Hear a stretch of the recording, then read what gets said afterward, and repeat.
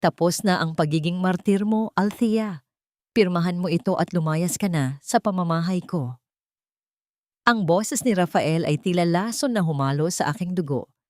15 taon akong naging anino, naging tagapunas ng dumi ng pamilyang ito, para lang ipagpalit sa isang babaeng hindi man lang marunong maglaba ng sariling damit. Habang humahalakak si Celine sa aking harapan, hindi nila alam na ang bawat patak ng aking luha ay magiging apoy na tutupok sa kanilang kayabangan. Kaya mo bang panoorin ang isang reynang bumangon mula sa sariling abo? Ano pang hinihintay mo? Pirmahan mo na ang mga papel na yan at lumayas ka na sa pamamahay ko. Ang boses ni Rafael ay kasing lamig ng hanging amihan, ngunit ang bawat salita ay tila talim na humihiwa sa aking pagkatao. Sa tapat ko, ang mga papel ng diborsyo ay nakalatag sa mesa, tila isang hatol ng kamatayan para sa 15 taon ng aking buhay. Hindi ko magawang iangat ang aking paningin. Nakapako ang aking mga mata sa aking mga kamay na nanginginig. Mga kamay na may bahid pa ng harina at amoy ng bawang dahil sa paghahanda ng paborito niyang hapunan. Ito ang aming ika-15 anibersaryo. Sa gitna ng hapagkainan, naroon ang nakahandang sinigang na hipon, umuusok pa at puno ng pagmamahal na aking ibinuhos sa loob ng ilang oras na pagluluto. Ngunit sa isang iglap, marahas na tinabig ni Rafael ang platong nasa harapan niya. Ang tunog ng pagbasag ng porselana sa sahig ay umalingaw-ngaw sa buong silid, kasabay ng pagtalsik ng mainit na sabaw sa aking paanan. Hindi ako gumalaw. Kahit ang hapdi ng pasong dulot ng sabaw ay hindi ko naramdaman kumpara sa dambuhalang lamat sa aking puso. Rafael, anibersaryo natin ngayon. Ang aking boses ay halos isang bulong, paos at puno ng pagsusumamo. Isang malutong na tawa ang narinig ko, ngunit hindi iyon galing sa aking asawa. Mula sa likuran ni Rafael, lumabas si Celine Vargas. Nakasuot siya ng isang mamahaling sutlang damit na pula. Kislap ng tagumpay ang makikita sa kanyang mga mata habang dahan-dahang humahawak sa balikat ni Rafael. Anniversary? Althea, look at yourself. You look more like a maid than a wife, panggungutya ni Celine. 15 taon mo siyang kinulong sa isang buhay na punong-puno ng kakulangan. Don't you think he deserves someone better? Someone who can actually give him an heir? Dahan-dahang hinaplos ni Celine ang kanyang tiyan na tila may ipinapahiwatig. Doon ko naramdaman ang tunay na lamig. Ang hangin sa aking baga ay tila biglang nawala. Tumingin ako kay Rafael, naghahanap ng kahit katiting na pagtanggi, kahit isang sulyap ng pagsisisi. Ngunit wala. Ang tanging nakita ko sa kanyang mga mata ay ang pandidiri. Buntis si Celine, Althea. Isang bagay na hindi mo kailanman nagawa sa loob ng 15 taon. Wika ni Rafael habang isinusubo ang isang ballpen sa aking kamay. Wala ka ng silbi rito. Mula nang mapulot kita sa ampunan na yon, binigyan kita ng pangalan at tirahan. Utang mo sa akin ang lahat, kaya wag mo nang pahirapan ang prosesong ito. Leave with the little dignity you have left. Sa likuran nila, lumitaw ang aking biniyayaang biyenan, si Doña Aurora. Ang kanyang mukha ay puno ng pait habang nakatingin sa akin. Tama ang anak ko. Isang pagkakamali ang pagpasok mo sa pamilyang ito. Isang baog na ulila na walang dalang anuman, kundi kamalasan, layas. Ang bawat salita ay tila mga huling pako sa aking kabaong. Ang aking puso na dati ay punong-puno ng pag-ibig at pag-asa ay tila unti-unting naging abo. Naalala ko ang lahat ng gabing hindi ako natulog para lang ayusin ang mga gusot sa kumpanya ni Rafael nang hindi niya nalalaman.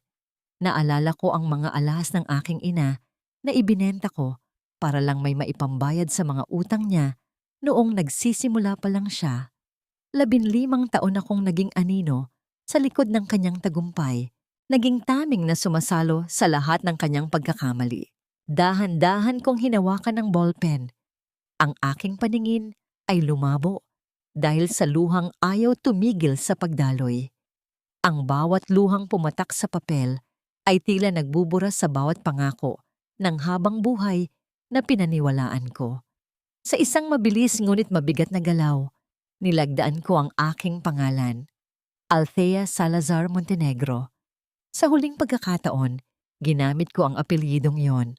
Tumayo ako mula sa aking upuan nang hindi tumitingin sa kanila. Ang bawat hakbang ko palayo sa hapagkainan ay tila paghila sa aking mga laman mula sa buto. Pumasok ako sa aming silid at kinuha ang maliit na maletang dala ko, 15 taon na ang nakalilipas. Walang laman iyon, kundi ang aking mga lumang damit at ang iilang alaala ng aking pagkabata.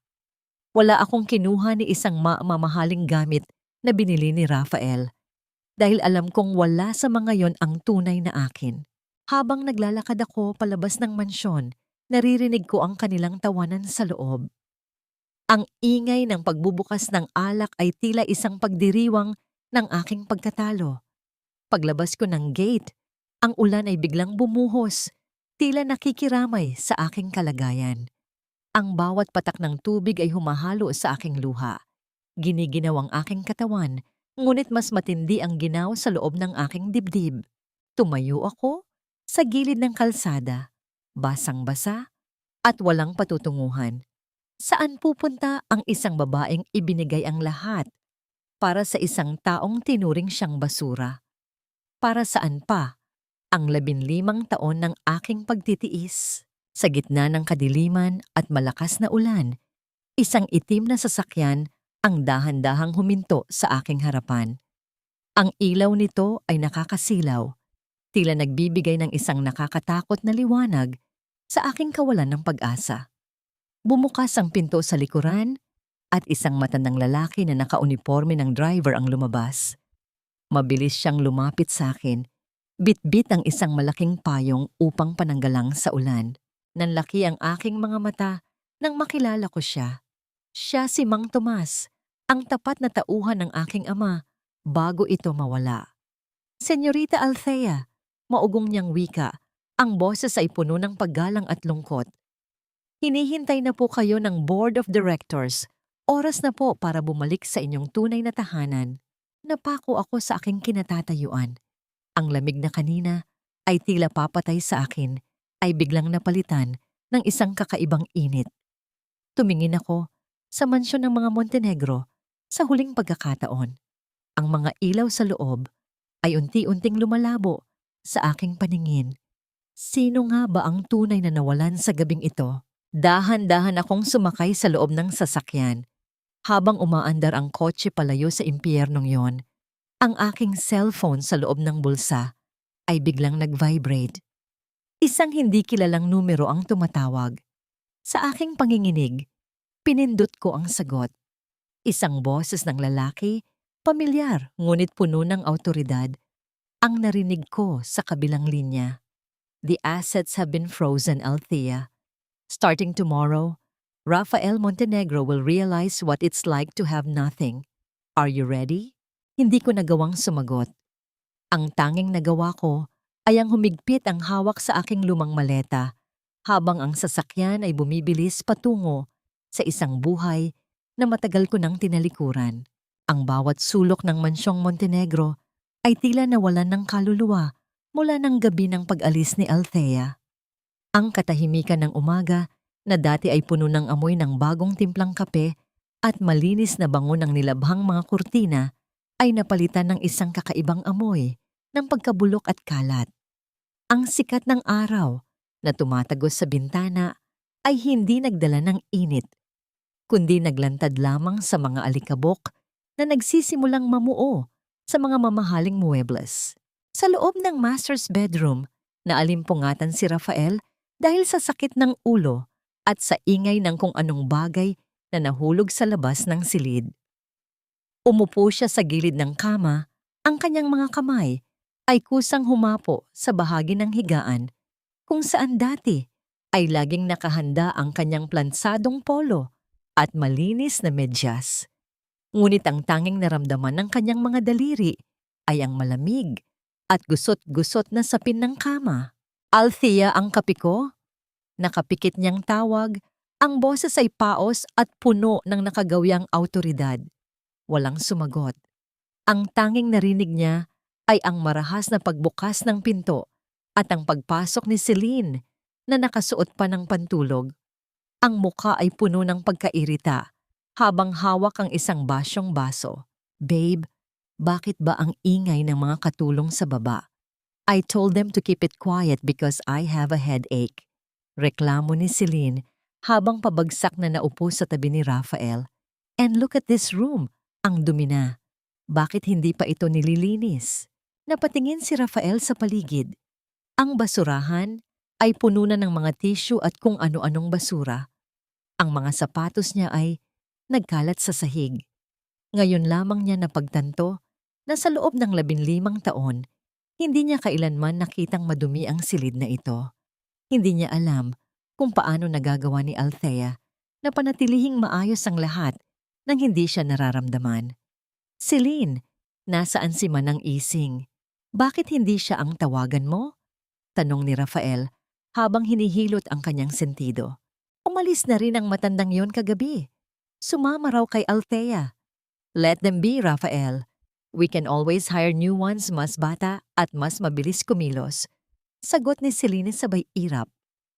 Bumaba si Rafael sa kusina, umaasang makakahanap ng kahit anong makakain.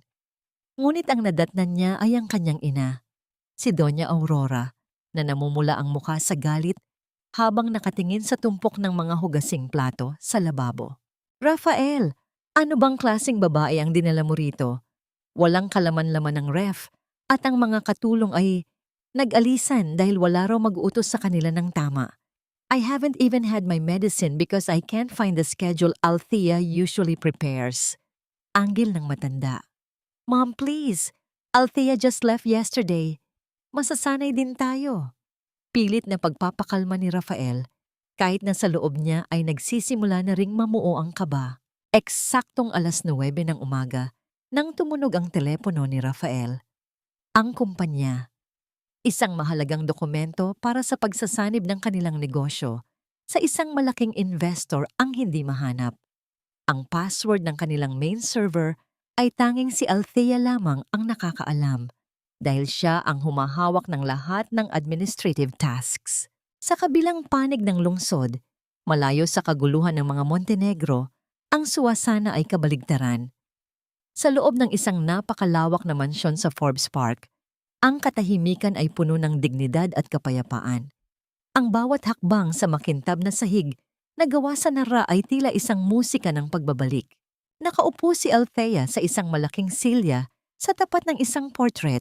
Ito ang larawan ng kanyang mga magulang, ang mga tunay na Salazar na nagtatag ng imperyong kanyang tinalikuran para sa pag-ibig.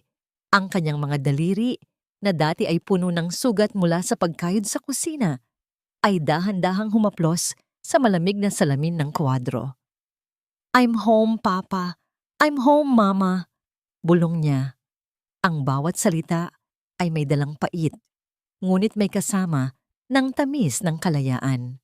Sa kanyang harapan ay nakatayo ang 5 abogado. Lahat ay nakasuot ng itim na suit, naghihintay ng kanyang utos. Ang bawat isa sa kanila ay tila mga sundalong handang sumabak sa digmaan para sa kanilang reyna. "Miss Althea, ang lahat ng pondo na ipinapasok natin sa Montenegro Group sa ilalim ng pangalang Angel Investor ay ganap na nating na-withdraw kaninang 8:00. Ulat ng punong abogado. Sa loob ng 24 na oras, mararamdaman nila ang bigat ng kawalan ng pondo. Ang kanilang mga tseke ay magsisimulang tumalbog. Isang maliit at mapait na ngiti ang sumilay sa mga labi ni Althea. Tumingin siya sa kanyang mga kamay na ngayon ay wala na ang wedding ring. Tanging ang peklat na lamang ng 15 taong pagkakatali ang natitira. "Hayaan niyo silang malunod sa sarili nilang kayabangan," wika ni Althea. Ang kanyang boses ay malumanay, ngunit may talim ng bakal. Gusto kong maranasan ni Rafael kung paano matulog sa isang bahay na walang kuryente at tubig, tulad ng naranasan ko noong mga unang taon namin bago ko siya tinulungan ng palihim. Samantala, Sa opisina ni Rafael, ang tensyon ay tila isang bombang sasabog. Ang tunog ng kanyang cellphone ay paulit-ulit na bumasag sa katahimikan. Bawat tawag ay mula sa bangko o mula sa mga galit na supplier. "What do you mean canceled ang investment?" Sigaw ni Rafael sa kanyang secretary.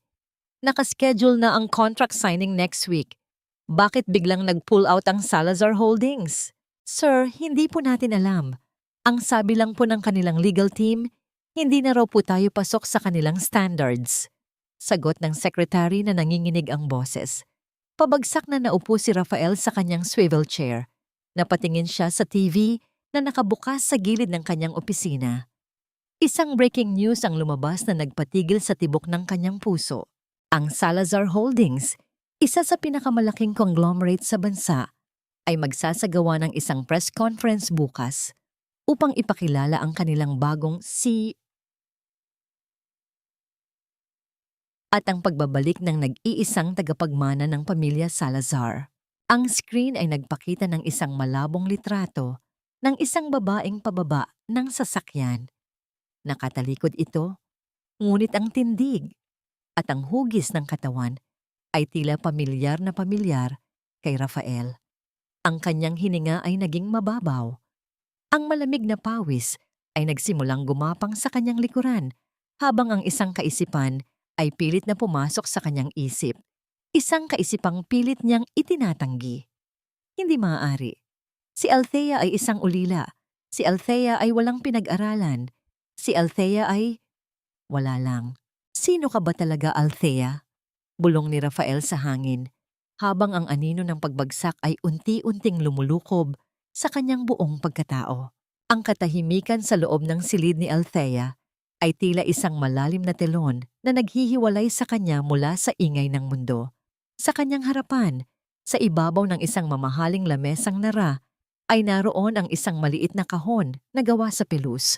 Dahan-dahan niya itong binuksan at doon ay nakahiga ang isang pares ng maliliit na sapatos na kulay puti. Mga sapatos na hindi kailanman nagamit.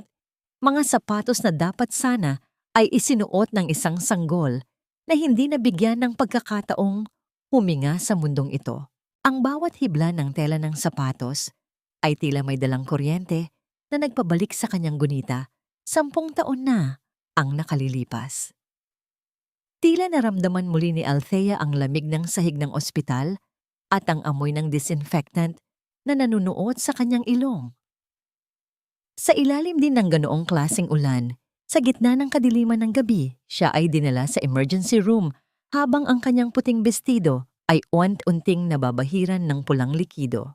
Sa kanyang alaala, ang boses ng doktor ay tila nanggagaling sa ilalim ng tubig, malabo at puno ng pait, habang sinasabi ang balitang wala na ang kanyang dinadala. Ngunit ang mas masakit ay ang boses ni Rafael sa kabilang linya ng telepono nang tawagan niya ito. "Althea, stop being so dramatic. Hindi ako makakaalis sa meeting na ito para lang sa isang simpleng pananakit ng tiyan. Malaki ka na, kaya mo na ang sarili mo." Ang wika ni Rafael noon, bago nito binaba ang telepono nang walang pag-aalinlangan. Hindi alam ni Rafael na sa gabing iyon, hindi lamang ang kanilang anak ang namatay, kundi pati na rin ang isang bahagi ng kaluluwa ni Althea. Namatay ang bahagi niya na naniniwala sa mga fairy tale, ang bahagi niya na nag-akalang ang pag-ibig ay sapat na upang baguhin ang isang bato. Nabalik lamang ang diwa ni Althea nang maramdaman niya ang mainit na dampi ng kamay ni Nanay Ising sa kanyang balikat. Ang matanda ay may dalang baso ng mainit na tsa. Ang mga mata nito ay puno ng pag-unawa at habag na tanging isang ina lamang ang makakapagbigay. "Miss Althea, tama na po ang paglingon sa nakaraan. Ang mga sugat na yan ay dapat nang maging peklat ng iyong katatagan, hindi na lason sa iyong kasalukuyan." Malumanay na wika ni Nanay Ising. "Alam ko, Nanay, pero kung minsan, kailangan nating hawakan ang sugat para maalala natin kung bakit hindi na tayo dapat bumalik sa taong sumugat sa atin." Sagot ni Althea habang isinasara ang kahon. 15 taon akong naging martir dahil sa utang na loob sa tatay ni Rafael na nag-aral sa akin, pero sa tingin ko, sobra-sobra na ang ibinayad ko. Sobra pa sa sapat, anak. Ngayon oras na para sila naman ang makaramdam kung paano mawala ng sandigan. Dagdag ni Nanay Ising habang inaayos ang buhok ni Althea. Habang nag-uusap ang dalawa, pumasok ang kanyang sekretarya na si Marcus. May dala itong isang gintong sobre na may tatak ng Salazar Holdings. Ito ang imbitasyon para sa Grand Charity Gala na gaganapin sa susunod na linggo. Ang gabing itinakda para sa pagpapakilala sa bagong reyna ng kumpanya. Miss Althea, tapos na po ang guest list, pero may isang katanungan ng committee. Simula ni Marcos. Dapat po ba nating padalhan ng imbitasyon ang pamilya Montenegro? Ayon sa ating record, sila ay isa sa mga dating major partners ng kumpanya. Isang malamig na ngiti ang sumilay sa mga labi ni Althea. Tumayo siya at lumapit sa bintana. Pinagmamasdan ang malawak na hardin ng mansyon na dati ay pinapangarap lamang niyang pasukin. Padalan niyo sila, utos ni Althea. Gusto kong makita nila nang malapitan ang tagumpay na itinaboy nila. Gusto kong makita ang mukha ni Rafael at Celine kapag nalaman nilang ang babaeng itinuring nilang basahan ay ang siyang nagmamay-ari ng lupang kinatatayuan nila. Masusunod po, Miss Salazar, sagot ni Marcus bago ito lumabas ng silid. Sa kabilang dako ng lungsod, sa loob ng isang madilim na bar, mag-isang umiinom si Rafael. Ang kanyang muka ay halatang kulang sa tulog at puno ng stress. Sa kanyang harapan ay nagkalat ang mga billing statements at demand letters mula sa iba't ibang kumpanya. Ang kanyang kumpanya ay tila isang barkong mabilis na lumulubog at wala siyang mahanap na kahit anong salbabida. Biglang tumunog ang kanyang cellphone. Isang message mula sa kanyang ina, si Doña Aurora. Rafael, may dumating na imbitasyon mula sa Salazar Holdings. Ito na ang pagkakataon nating maisalba ang negosyo. Kailangan nating makakuha ng pabor mula sa bagong CEO nila. Maghanda ka. Isama mo si Celine. Kailangan nating ipakita na tayo pa rin ang mga Montenegro. Tinitigan ni Rafael ang screen ng kanyang phone. May kung anong kaba na bumangon sa kanyang dibdib. Isang pakiramdam na tila may isang malaking bagyo na paparating. Ngunit sa likod ng kanyang isip, naroon pa rin ang imahe ni Althea, ang babaeng palaging nandoon para ayusin ang lahat. Nasaan ka na ba, Althea? Bakit hindi mo ako tinatawagan? Bulong ni Rafael sa kanyang sarili, habang ang huling patak ng alak ay gumugulong sa kanyang lalamunan. Kasing pait ng pagsisising hindi niya palubos na maamin sa sarili. Ang bawat hininga sa loob ng mansyon ng mga Montenegro ay tila nababalot na ng amoy ng pagkabulok. Hindi ito amoy ng pisikal na basura, kundi ang unti-unting pagkabulok ng isang marangyang buhay na binuo sa ibabaw ng pagsasamantala. Ang mga bulaklak sa florera na dati ay laging sariwa dahil sa pag-aalaga ni Althea ay tuyo na at kulay kape. Ang mga talulot ay naglalagas sa ibabaw ng lamesang puno ng alikabok. Sa kusina, ang ingay ng pagtatalo ni Celine at Doña Aurora ay mas matindi pa sa ingay ng mga gamit sa bahay. Nakatayo si Celine sa tapat ng lababo. Ang kanyang mga kamay na may mahahabang kuko ay tila diring-diri habang sinusubukang buksan ng isang dilata. I can't believe this. Wala na ba talagang ibang makakain dito kundi sardinas? Rafael told me he's a millionaire. But look at us now. Para tayong mga pulubi sa loob ng sarili nating bahay. Pasigaw na reklamo ni Celine habang pilit na inaayos ang kanyang buhok. Huwag kang sumigaw sa harap ko, Celine! Kung hindi dahil sa pagpasok mo sa pamilyang ito, hindi aalis si Althea at hindi magkakagulo ang lahat. Balik na sigaw ni Doña Aurora habang nakaupo sa kanyang silya. Ang kanyang mukha ay tila mas tumanda ng 10 taon dahil sa gutom at pagod. Oh, now you're blaming me. Noong nandito si Althea, sino ba ang palaging tumatawag sa kanya na basura? Sino ba ang palaging nagpapalaba ng mga damit na panloob sa kanya?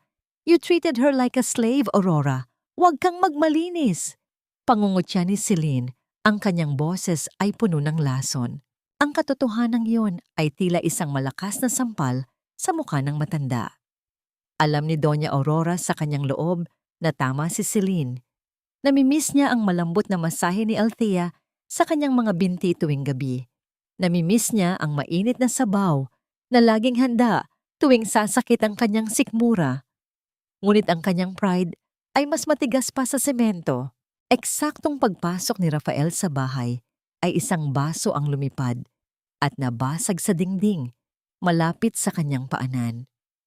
Ang amoy ng alak mula sa kanyang hininga ay humalo sa amoy ng sunog na pagkain mula sa kalan. "Stop it! Manahimik kayong dalawa!" Sigaw ni Rafael. Ang kanyang boses ay basag at puno ng desperasyon. "Wala na tayong pera. Naiintindihan niyo ba? Ang lahat ng credit cards ko ay laging declined. Ang bangko ay tumatawag na sa akin bawat oras." Lumapit si Celine sa kanya, hindi upang amuin ang asawa, kundi upang hingi ng isang bagay na mas mahalaga sa kanya kaysa sa kalagayan ni Rafael. "Babe, I need 50,000 pesos. I already reserved the gown I'm going to wear for the Salazar Gala next week. I need to look perfect. Hindi ako pwedeng magmukhang kawawa sa harap ng mga kaibigan ko." Wika ni Celine, ang kanyang mga mata ay walang bakas ng awa. 50,000. Celine, wala nga tayong pambayad sa kuryente. Gown pa ang iniisip mo? Galit na sagot ni Rafael. "If you can't provide for me, Rafael, then what's the point of this? Buntis ako. Kailangan ko ng stress-free environment. Kung maghihirap lang tayo, sana hindi ko na lang iniwan ang dati kong buhay para sa'yo." Banta ni Celine, isang linyang paulit-ulit niyang ginagamit upang makuha ang gusto. Napahawak si Rafael sa kanyang ulo. Sa bawat segundo ng pagtatalo nila, ang imahe ni Althea ay tila isang multong bumabalot sa kanyang isipan. Si Althea na kailanman ay hindi humingi ng kahit ano. Si Althea na kahit isang sentimo ay pinagkakasya para sa kanilang lahat. Si Althea na ang tanging hinihiling ay ang kanyang presensya, dahan-dahan. Siyang umakyat sa itaas at pumasok sa dating silid ni Althea. Ang silid ay malinis. Walang kahit anong naiwan, kundi ang bango ng sampagitan na paborito nito. Sa ilalim ng kama, may nakita siyang isang maliit na notebook. Binuksan niya ito at doon ay nakita ang listahan ng lahat ng kanyang mga paboritong bagay. Ang mga gamot ng kanyang ina at ang mga petsa ng mga bayarin na kailangang bayaran. Sa huling pahina, may nakasulat na maikling mensahe na tila isang hula para sa mangyayari sa kanya. Ang pag-ibig ay hindi parang kumpanya na kapag nalulugi ay pwedeng isara at iwanan. Kapag iniwan mo ang taong nagpatayo sa iyo, asahan mong guguho ang pundasyon ng iyong mundo. Isang malakas na katok sa pinto ang bumasag sa katahimikan ng gabi. Ang tunog ay hindi nagmumula sa loob ng bahay, kundi sa labas, sa kanilang malaking gate. Mabilis na bumaba si Rafael. Ang puso niya ay kumakabog sa kaba. Sa labas ng gate, nakatayo ang dalawang lalaking nakauniporme. May hawak silang mga papeles at isang dambuhalang sticker na may nakasulat na malalaking titik. "Good evening, Mr. Montenegro. Kami po ay mula sa Sheriff's Office. Mayroon po kaming writ of execution at notice of foreclosure. Dahil sa hindi nyo pagbabayad ng loan sa loob ng 6 na buwan, ang ari-ariang ito ay ganap ng kukunin ng bangko." "Ano? 6 months? Impossible. Ang kumpanya ko ang nagbabayad niyan." Sigaw ni Rafael. Ang kanyang boses ay nangangatog. "Sir, ang lahat ng pondo ng kumpanya niyo ay na-freeze dahil sa mga utang na hindi nabayaran. Wala na pong pumasok na pondo mula sa inyong angel investor simula noong nakaraang linggo." Paliwanag ng lalaki. Habang idinidikit ng mga lalaki ang foreclosure notice sa kanilang gate, ang liwanag ng buwan ay tila naging saksi sa sukdulang kahihiyan ng mga Montenegro. Lumabas si Celine at Doña Aurora. Ang kanilang mga muka ay puno ng takot at hindi makapaniwala. Sa di kalayuan, isang itim na sasakyan ang dahan-dahang dumaan. Mula sa loob nito, nakatingin si Althea sa kanila. Walang galit sa kanyang mga mata. Tanging ang malalim na pagtanggap na ang bawat gawa ay may katumbas na karma. Habang pinapanood niya ang pagbagsak ng gate ng mga Montenegro, isang tanong ang pumasok sa kanyang isipan. Hanggang saan kaya ang kayang tiisin ng pag-ibig ni Celine kapag wala na ang karangyaan ni Rafael? Dahan-dahang itinaas ni Althea ang bintana ng sasakyan. Alam niyang ito pa lamang ang simula. Ang tunay na bagyo ay gaganapin sa gabi ng gala, kung saan ang lahat ng kanilang tinatagong lihim ay malalantad sa ilalim ng mga nagniningning na chandelier. Sa harap ng malaking salamin na abot hanggang sahig, isang estranghero ang nakatingin pabalik kay Althea. Ang babaeng nasa refleksyon ay hindi na ang babaeng may amoy ng bawang at mantika sa buhok. Ang kanyang suot ay isang asul na suit na gawa sa pinakamahal na tela na yumayakap sa kanyang katawan ng may tamang higpit at luwag, nagbibigay ng anyo ng isang reyna. Ang kanyang buhok, na dati ay laging nakapusod dahil sa dami ng gawaing bahay, ay dahan-dahang bumabagsak sa kanyang balikat sa malalambot na alon. Handa na po ang lahat, Miss Althea. Wika ng isang dalubhasang stylist habang maingat na inilalagay ang isang manipis na kwintas na gawa sa diamante sa leeg ni Althea. Hinawakan ni Althea ang malamig na bato sa kanyang leeg. Ang bawat haplos niya sa hiyas ay tila isang paalala na ang bawat patak ng kanyang luha noon ay naging kristal na ngayon ng kanyang katatagan. Sa loob ng huling 7 araw, hindi lamang ang kanyang panlabas na anyo ang binago. Sumailalim siya sa mga serye ng briefings tungkol sa takbo ng Salazar Holdings, ang imperyong itinayo ng kanyang lolo na si Don Alejandro Salazar. Sa isang sulok ng silid, nakaupo si Nanay Ising. Tila nagniningning ang mga mata sa kagalakan habang pinagmamasdan ng kanyang alaga. Lumapit si Althea sa matanda at dahan-dahang humawak sa mga kamay nito. "Nanay, parang panaginip lang ang lahat ng ito," bulong ni Althea. "Hindi ito panaginip, anak. Ito ang katotohanang matagal mong itinago dahil sa maling paniniwala na ang pag-ibig ay pagsasakripisyo ng sariling dangal," sagot ni Nanay Ising. "Ang mga kamay mong ito, Althea, ay hindi na para sa paglilinis ng kalat ng ibang tao. Ang mga kamay mong ito ang magpapatakbo ng buhay ng libu-libong manggagawa." Napatingin si Althea sa kanyang mga daliri. Wala na ang mga kalyo mula sa paglalaba at pagluluto. Ang kanyang mga kuko ay maayos na ang pagkakamanicure. Kulay nude na tila nagpapakita ng pagiging simple ngunit elegante. Isang maliit na detalye ang kumuha ng kanyang atensyon. Isang maliit na peklat sa kanyang hintuturo mula sa isang gabing nagmamadali siyang maghiwa ng karne para sa hapunan ni Rafael. Dahan-dahan niya itong hinalikan, tila isang ritual ng pamamaalam sa huling bakas ng kanyang pagiging martir. Samantala, sa isang maliit at madilim na unit ng isang luma at hamak na kondominium sa gilid ng lungsod, ang pamilya Montenegro ay tila mga basang sisiw na nagsisiksikan. Ito na lamang ang tanging ari-arian na naiwan sa kanila, isang studio unit na dati ay ginagamit lamang ni Rafael bilang bodega ng kanyang mga luma at sirang gamit. Ang amoy ng amag at alikabok ay nanunuot sa ilong ni Doña Aurora, na ngayon ay nakahiga sa isang manipis na kutsyon sa sahig. "Rafael, hindi ako makahinga rito. Ang init-init at ang daming lamok," reklamo ng matanda. Ang kanyang boses ay wala na ang dating awtoridad. "Ma'am, please, wala na tayong pambayad sa kuryente, kaya wala tayong aircon. Tiisin muna natin ito hanggang sa makuha natin ang pabor ng Salazar Holdings sa gala," sagot ni Rafael habang sinusubukang ayusin ang kanyang tanging natitirang coat na medyo may mantsa pa ng amag. "At ikaw, Celine, bakit nakatitig ka lang sa salamin?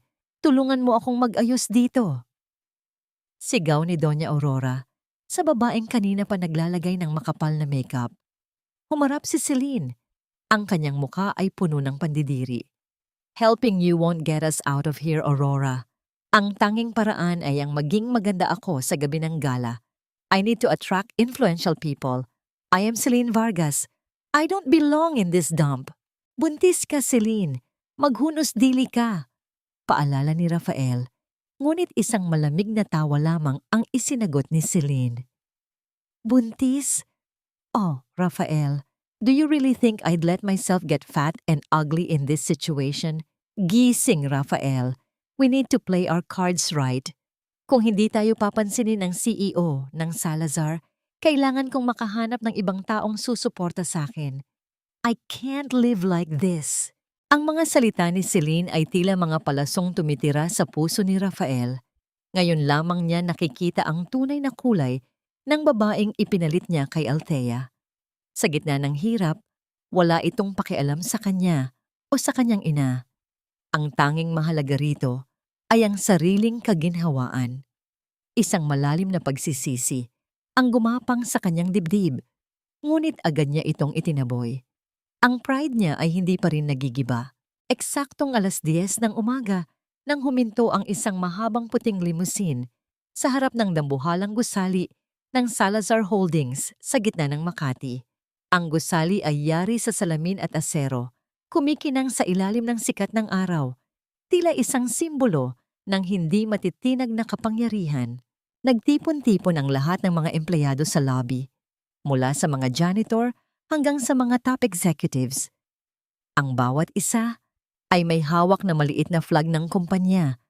Ang lahat ay sabik na makita ang mahiwagang tagapagmana na matagal nang nawala. Bumukas ang pinto ng limousine.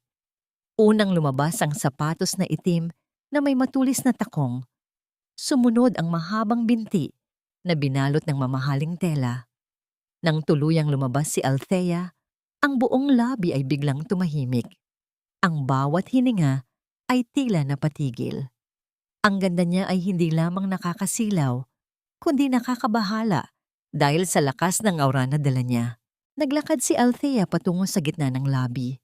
Ang bawat tunog ng kanyang takong sa makintab na sahig ay tila isang marahas na tibok ng puso ng kumpanya. Lumapit sa kanya ang pinakamatandang direktor ng kumpanya at dahan-dahang yumukod. Welcome home, Miss Salazar. Ang trono niyo ay matagal nang naghihintay. Wika ng matanda. Tumingala si Althea sa malawak na kisame ng lobby. Nakita niya ang logo ng Salazar Holdings, isang agila na lumilipad pa itaas. Ngumiti siya, isang ngangiting hindi nakakarating sa kanyang mga mata, kundi isang ngangiting puno ng determinasyon. Pumasok siya sa elevator na gawa sa ginto at salamin. Habang paakyat siya sa pinakamataas na palapag, tiningnan niya ang kanyang refleksyon sa dingding ng elevator. Wala na ang takot. Wala na ang pagsusumamo. Pagbukas ng pinto sa 50 floor, ang kanyang opisina, bumungad sa kanya ang isang malawak na tanawin ng buong lungsod. Mula rito, ang lahat ng gusali ay tila mga laruan na lamang. Sa kanyang lamesa, naroon ang isang folder na may pangalan ni Rafael Montenegro. Dahan-dahan itong binuksan ni Althea. Sa loob ay naroon ang huling kahilingan ng kumpanya ni Rafael para sa isang emergency loan upang hindi sila tuluyang mabura sa mapa ng negosyo. Kinuha ni Althea ang isang pulang pen at sa ibaba ng dokumento, isinulat niya ang isang salitang magpapabago sa lahat. Denied. Tumingin siya sa bintana, sa direksyon kung nasaan ang lumang kondominium kung saan nananatili ang mga Montenegro. Ang kanyang mga mata ay tila naging kasing talim ng agila. Simulan na ang paglilinis. Bulong ni Althea sa hangin. Dahil sa gabing darating, hihilingin niyo na sana ay hindi niyo na lang ako nakilala. Eksaktong pagkatapos niyang sabihin iyon, tumunog ang intercom sa kanyang lamesa. Isang tawag mula sa security sa baba. Miss Salazar, may isang lalaking nagpupumilit pumasok sa lobby. Ang pangalan niya ay Rafael Montenegro. Sinasabi niyang asawa niyo raw siya at kailangan niya kayong makausap para sa isang emergency. Isang malamig na katahimikan ang namayani sa opisina ni Althea bago siya dahan-dahang sumagot. Sabihin niyo sa kanya, ang Miss Salazar na hinahanap niya ay hindi tumatanggap ng mga basura sa kanyang opisina. At kung hindi siya aalis, tawagan niyo ang pulis para sa trespassing. Ang bawat salitang binitiwan ng security guard sa lobby ay tila mga tipak ng yelo na ibinagsak sa ulo ni Rafael. Nakatayo siya sa gitna ng makintab na sahig, suot ang kanyang kupas na coat, habang ang mga empleyadong labas-masok sa gusali ay pasimpleng tumitingin at bumubulong. Ang dating makapangyarihang Rafael Montenegro ay mukhang isang ligaw na aso sa loob ng isang palasyong kristal. "Sir, pakiusap. Umalis na po kayo bago pa kami mapilitang gumamit ng dahas." Ulit ng guard, ang kamay ay nakahawak na sa kanyang batuta.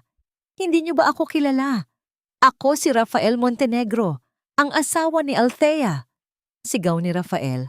Ang kanyang boses ay nanginginig sa pagitan ng galit at kahihiyan.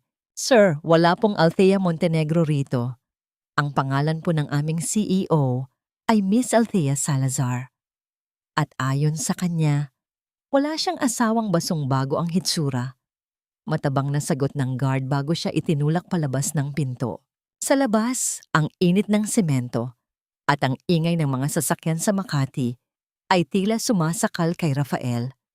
Napaupo siya sa isang tabi. Ang kanyang mga kamay ay nakabaon sa kanyang buhok. Hindi niya maunawaan paanong ang isang ulilang itinuring niyang pabigat ay biglang naging may-ari ng pinakamataas na gusali sa bansa. Isang malaking pagkakamali ang lahat ng ito. Dapat ay nagbibiro lang si Althea. Dapat ay babalik din ito sa kanya kapag lumipas na ang galit nito. Habang naglalakad siya pabalik sa kanilang hamak na unit, ang bawat hakbang ni Rafael ay tila paghila sa isang mabigat na kadena. Pagbukas niya ng pinto, hindi yakap o pag-aalala ang sumalubong sa kanya, kundi ang matatalim na salita ni Celine. "Ano? Nakausap mo ba? Binigyan ka ba ng pera?" Tanong ni Celine habang abala sa pag-aayos ng kanyang mga pekeng hiyas sa harap ng maliit na salamin. "Hindi ako pinapasok, Celine. Pinalayas ako na parang pulubi." Matipid na sagot ni Rafael. Isang mapait na halakhak ang kumawala sa mga labi ni Celine. "See? I told you. Althea is not the same stupid girl anymore. Habang ikaw ay nagmumukmok dito, siya ay nagpapakasa sa sayaman. At ikaw, Rafael, mukhang wala ka talagang silbi." "Celine, wag mo akong pagsalitaan ng ganyan. Ginagawa ko ang lahat para sa atin at sa anak natin." Sigaw ni Rafael. "Anak natin? You mean this?" Kinuha ni Celine ang isang una na nakatago sa ilalim ng kanyang maluwag na damit at itinapon ito sa mukha ni Rafael. "Gising, Rafael! I am not pregnant. I just said that para mapirmahan mo ang divorce papers at mapalayas ang babaeng yon. Do you really think I'd want to be tied down to a man who's about to go bankrupt?" Tila huminto ang mundo ni Rafael. Ang una na nasa kanyang paanan ay tila naging isang dambuhalang lason na kumikitil sa kanyang huling pag-asa. 15 taon ng katapatan ang itinapon niya para sa isang kasinungalingan. Pinagtaksilan niya ang babaeng nagmahal sa kanya para sa isang babaeng ginamit lang siya. You lied to me?" Bulong ni Rafael. Ang kanyang mga mata ay nanunuyo sa sobrang sakit. "Lahat tayo nagsisinungaling, Rafael. Ang pagkakaiba lang, ako ang nanalo at ikaw ang talunan." Sagot ni Celine sabay kuha ng kanyang bag. "I'm going out. May date ako sa isang taong kayang bayaran ng lifestyle ko. Huwag mo akong hihintayin." Naiwan si Rafael na nakatulala sa gitna ng silid. Ang kanyang ina, si Doña Aurora, ay tahimik na umiiyak sa sulok. Tila ngayon lamang naramdaman ang bigat ng kanilang mga kasalanan. Ang katahimikan sa loob ng maliit na kwarto ay mas masakit pa sa anumang sigaw. Samantala, sa loob ng Salazar Mansion, si Althea ay abala sa pagpirma ng mga dokumento para sa isang bagong scholarship program na itatayo niya. Sa gitna ng kanyang pagtatrabaho, pumasok si Nanay Ising na may dalang isang maliit na mangkok ng lugaw na may maraming luya at bawang, ang paboritong pagkain ni Althea tuwing siya ay pagod. "Miss Althea, magpahinga ka muna. Kahit ikaw na ang CEO, kailangan mo pa ring alagaan ang iyong sarili. Malumanay na wika ni Nanay Icing. Dahan-dahang kinuha ni Althea ang kutsara at sumubo. Ang init ng pagkain ay tila isang yakap na nagpabalik sa kanya sa mga simpleng araw. Ngunit sa likod ng kanyang mga mata, naroon pa rin ang imahe ni Rafael. Hindi galit ang nararamdaman niya, kundi isang malalim na awa. Awa para sa taong hindi marunong magpahalaga sa tunay na yaman. Nanay, bukas na ang gala, panimula ni Althea. Sigurado po ba kayong handa na akong harapin sila sa harap ng maraming tao? Handa ka na, anak. Ang ganda mo ay hindi lang galing sa damit na isusuot mo, kundi galing sa puso mong marunong nang tumayo para sa sarili. Sagot ng matanda. Kinuha ni Althea ang isang gintong sobre mula sa kanyang lamesa. Ito ang imbitasyon na ibinalik ni Rafael sa lobby kanina nang hindi niya binubuksan. Binuksan ito ni Althea at binasa ang nakasulat sa loob. The Unveiling of the Truth, a night where shadows are cast away.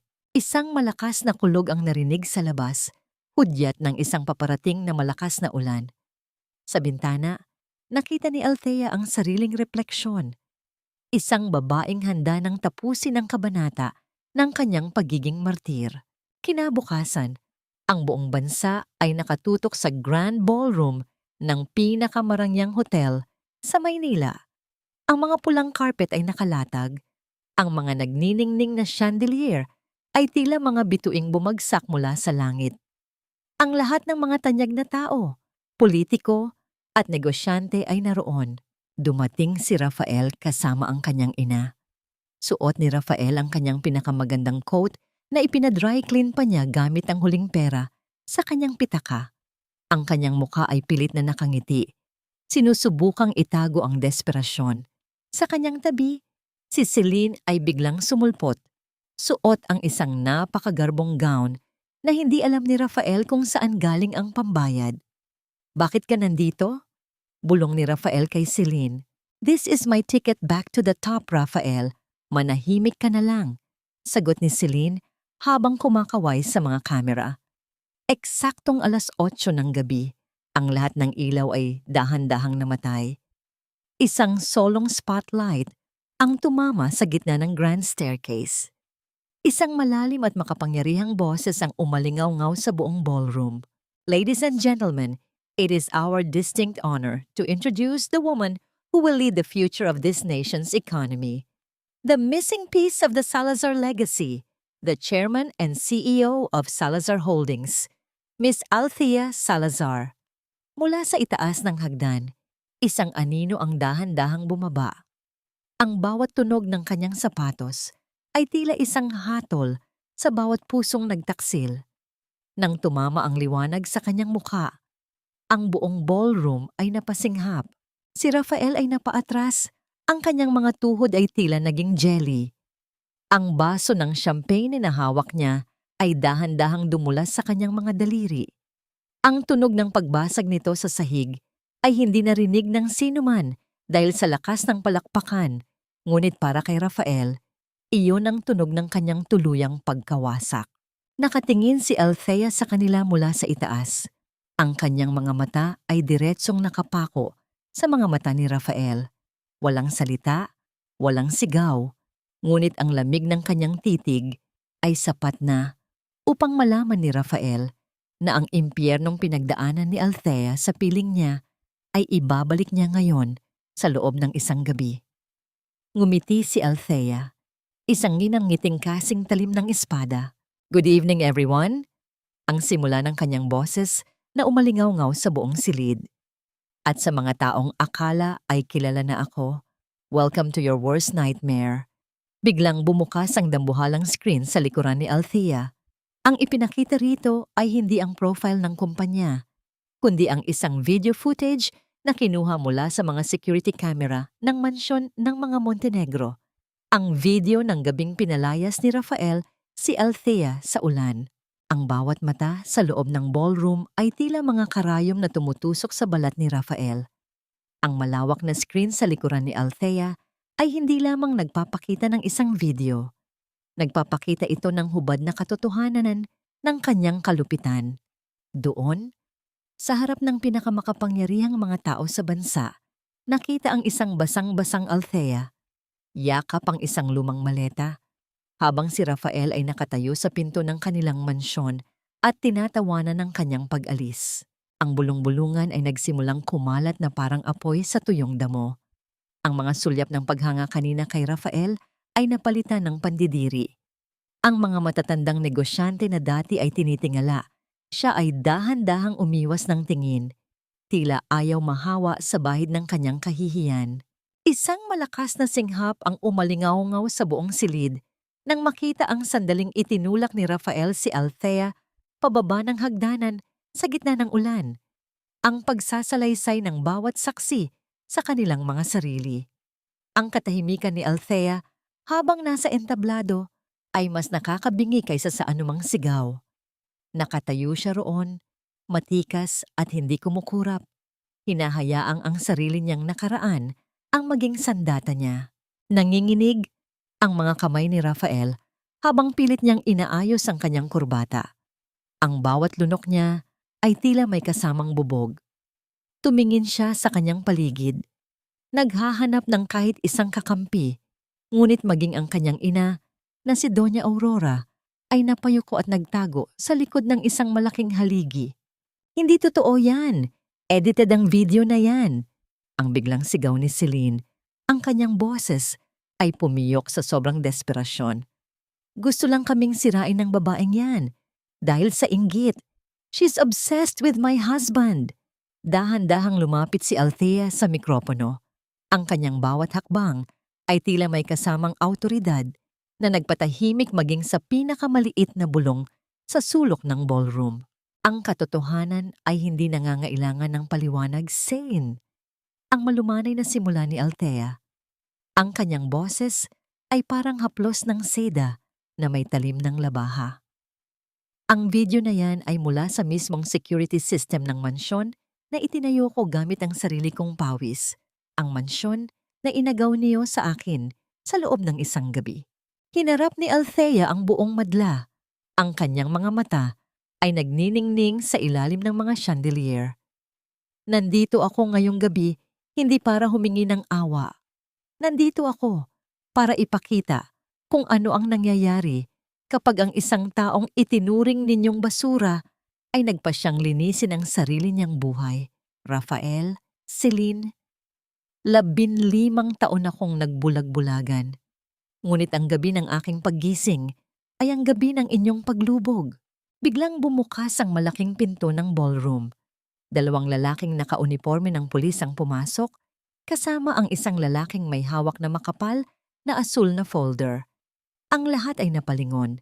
Ang kaba sa dibdib ni Rafael ay tila isang tambol na mabilis ang pagpalo. Mr. Rafael Montenegro and Miss Celine Vargas? Ang tanong ng opisyal na umalinggaw-ngaw sa katahimikan. Mayroon kaming warrant of arrest para sa inyong dalawa. Kaugnay ito ng reklamong qualified theft, estafa, at ang muling pagbubukas ng investigasyon sa aksidenteng naganap 10 taon na ang nakalilipas. Ang mukha ni Celine ay naging kasing puti ng papel. Anong aksidente? Wala akong alam sa sinasabi niyo. Tumingin si Althea ng diretso sa mga mata ni Celine. Ang alaala ng gabing nawalan siya ng anak ay muling naglaro sa kanyang isipan. Ang gabing may isang misteryosong tawag na nagpabalisa sa kanya. Ang gabing nalaman niyang may mabilis na sasakyang pilit siyang iginigit-git sa kalsada bago siya nawalan ng malay. Ang hustisya ay matagal dumating, ngunit hindi ito nakakalimot, bulong ni Althea. Sapat lamang upang marinig ng dalawa. Sa gitna ng karamihan, sinubukan ni Rafael na lumapit kay Althea. Ang kanyang mga mata ay puno ng luha, hindi dahil sa pagsisisi, kundi dahil sa takot sa kanyang kinabukasan. Althea, please, let's talk. Mag-asawa pa rin tayo sa batas. Lahat ng ito, mapag-uusapan natin. Isipin mo ang pinagsamahan natin. Isang maliit na ngiti ang sumilay sa mga labi ni Althea, isang ngiting puno ng pait at pinalidad. Kinuha niya ang isang pirasong basag na kristal mula sa sahig, ang labi ng champagne glass na nabasag ni Rafael kanina. Maingat niya itong tiningnan bago binitawan muli. Ang basag na kristal ay hindi na kailanman mabubuo, Rafael. At ang babaeng minahal mo? Pinatay mo na siya sa gabing pinalayas mo siya sa ulan, wika ni Althea. Habang posas na kinakaladkad ng mga pulis si Celine na nagsisigaw at si Rafael na nakayoko sa kahihiyan, ang buong ballroom ay muling binalot ng palakpakan. Ngunit para kay Althea, ang tunog ng mga palakpak ay tila malalayong alon lamang.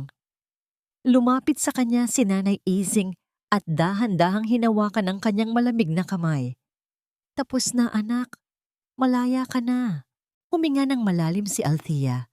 Tumingala siya sa malawak na kisame ng hotel, tila hinahanap ang isang bituin na magsisilbing gabay sa kanyang bagong simula. Ngunit bago pa man siya makahakbang palayo, isang boses mula sa likuran ang nagpatigil sa kanya. Hindi mo akalain na ganito kadali ang lahat, hindi ba, Miss Salazar? Isang misteryosong lalaki na nakaputing suit ang nakatayo malapit sa buffet table. May hawak na baso ng alak at nakatitig sa kanya nang may kakaibang nangiti. Hindi pamilyar ang kanyang mukha, ngunit ang kanyang mga mata ay tila may alam na lihim na hindi pa natutuklasan ni Althea. Sino ka? Tanong ni Althea. Ang kanyang puso ay muling tumibok ng mabilis sa kaba. Isang kaibigan mula sa nakaraan, o marahil, ang iyong pinakamalaking kalaban sa hinaharap. Sagot ng lalaki, bago ito dahan-dahang nawala sa karamihan. Naiwan si Althea na nakatayo sa gitna ng nagniningning na ballroom. Hawak ang imbitasyong papel na ngayon ay bahagyang gusot na. Ang kanyang tagumpay ay may kasamang bagong tanong na tila isang aninong hindi niya matatatakasan. Ang bawat hininga sa loob ng selda ng presinto ay tila may lasa ng kalawang at luma na semento. Sa ilalim ng aandap-andap na ilaw ng bumbilya, nakaupo si Rafael sa isang matigas na kahoy na bangko. Ang kanyang mga siko ay nakatukod sa kanyang mga tuhod at ang kanyang muka ay nakabaon sa kanyang mga palad. Ang mamahaling coat na suot niya kanina sa gala ay mayroon na ngayong mantsa ng pawis at dumi. Tila isang baluti na nawalan na ng kislap. Sa kabilang panig ng rehas, ang boses ni Celine ay tila isang matalim na lagari na pilit pumuputol sa katahimikan ng gabi. Ang kanyang mga sigaw at pagmumura sa mga pulis ay umalingaw-ngaw sa buong pasilyo. Ngunit para kay Rafael, ang bawat salita ni Celine ay tila malayo at walang kabuluhan. Ang tanging naririnig niya sa kanyang isipan ay ang huling sinabi ni Althea bago siya kinaladkad palayo. Ang tungkol sa basag na kristal na hindi na kailanman mabubuo. Rafael, do something! Tawagan mo ang mga abogado mo. Hindi ako pwedeng mabulok dito. Sigaw ni Celine habang pilit na kinakalampag ang bakal na rehas. Ang kanyang makeup ay humulas na sa kanyang mukha. Nagmukha siyang isang karakter sa isang trahedya na nawalan ng maskara. Dahan-dahang nag-angat ng tingin si Rafael. Ang kanyang mga mata ay puno ng pagod at isang uri ng galit na ngayon lamang niya naramdaman para sa babaeng nasa harap niya. Abogado? Celine, wala na tayong pera. Ang lahat ng account ko ay freeze na. Hindi mo ba naintindihan? Si Althea. Siya ang lahat ng meron tayo at itinapon natin siya. Kasalanan mo ito. Kung hindi ka naging mahina, kung hindi mo siya hinayaang kontrolin ang kumpanya mo noon, hindi tayo magkakaganito. Bulyaw ni Celine, ang kanyang pag-ibig na dati ay puno ng tamis ay ganap na naging lason. Sa gitna ng kanilang pagtatalo, pumasok ang isang pulis at inihagis ang isang plastic na bag sa ibabaw ng lamesa sa labas ng selda. Montenegro, may dumating na gamit para sa inyo. Mula raw sa Salazar Holdings. Nanginginig ang mga kamay ni Rafael habang kinukuha ang gamit. Sa loob ng plastic ay naroon ang kanyang lumang wallet. Ang susi ng kanilang bahay na ngayon ay foreclosure na. at isang maliit na piraso ng papel.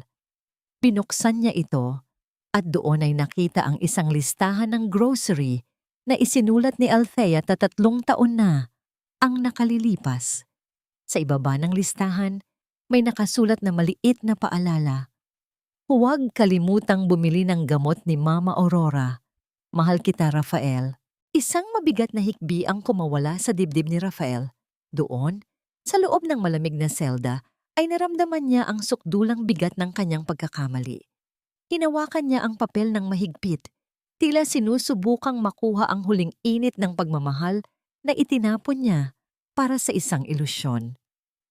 Ang bawat letra ng sulat ni Althea ay tila isang sampal na hindi natatapos, isang paalala na ang babaeng itinuring niyang basura ay ang tanging taong tunay na nagpahalaga sa kanyang buhay.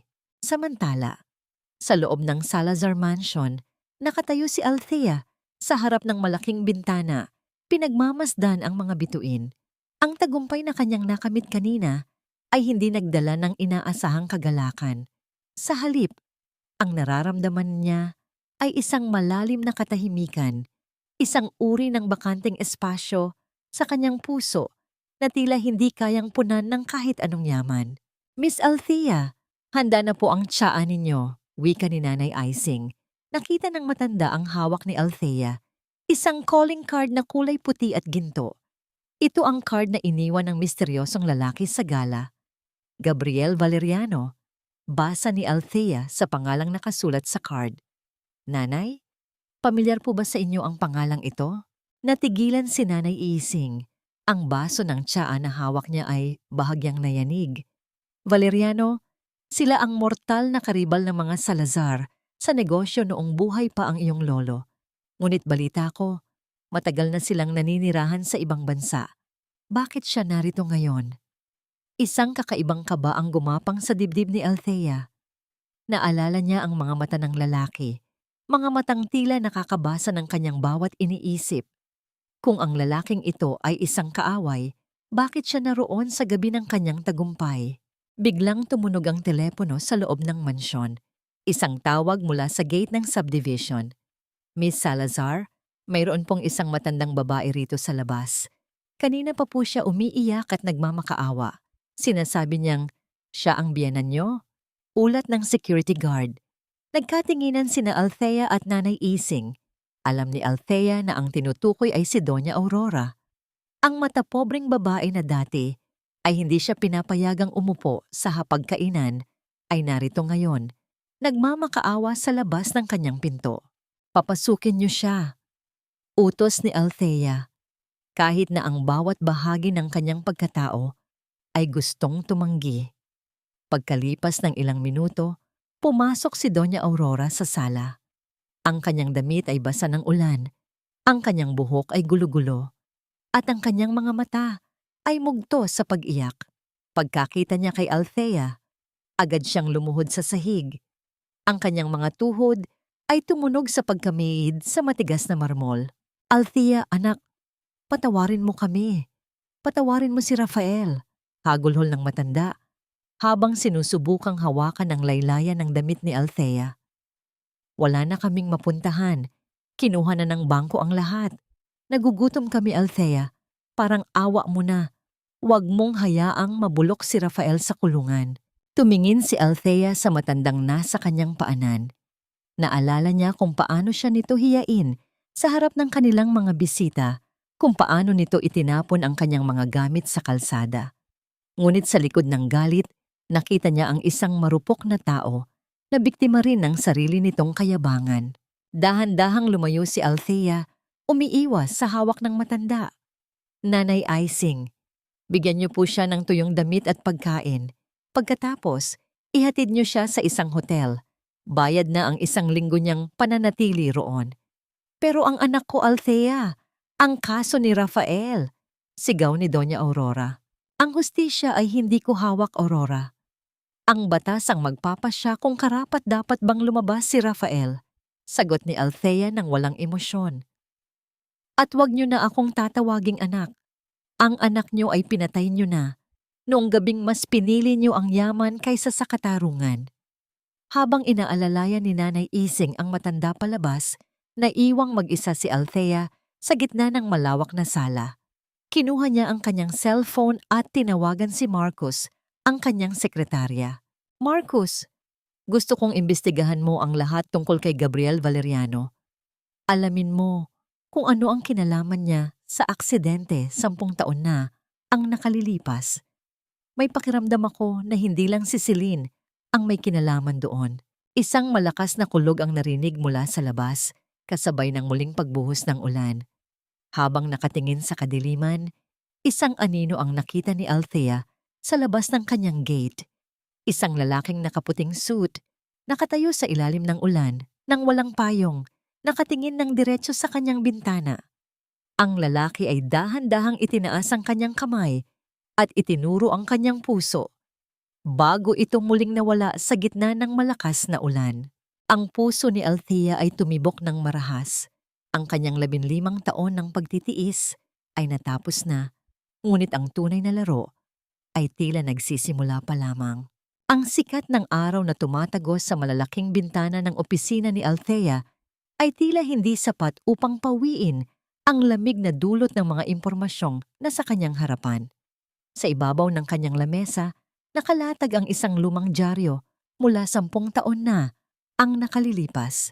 Ang headline ay tungkol sa isang malubhang aksidente sa kalsada, ngunit ang isang maliit na pangalan sa gilid ng artikulo ang kumuha ng kanyang buong atensyon. Gabriel Valeriano, tanging saksi, nawawala. Pumasok si Marcus ng walang ingay. Ang kanyang mukha ay seryoso, habang may hawak na isang itim na pluma. Miss Althea, nakuha na namin ang background ni Gabriel Valeriano. Hindi lang siya basta negosyante. Ang pamilya niya ang dating nagmamay-ari ng lupang kinatitirikan ngayon ng factory ng mga Montenegro. Kinuha yon sa kanila ni Rafael at ng kanyang ama sa pamamagitan ng pekeng dokumento. Ang pamilya Valeriano ay nawala sa mapa ng negosyo dahil sa kahihiyan at kahirapan.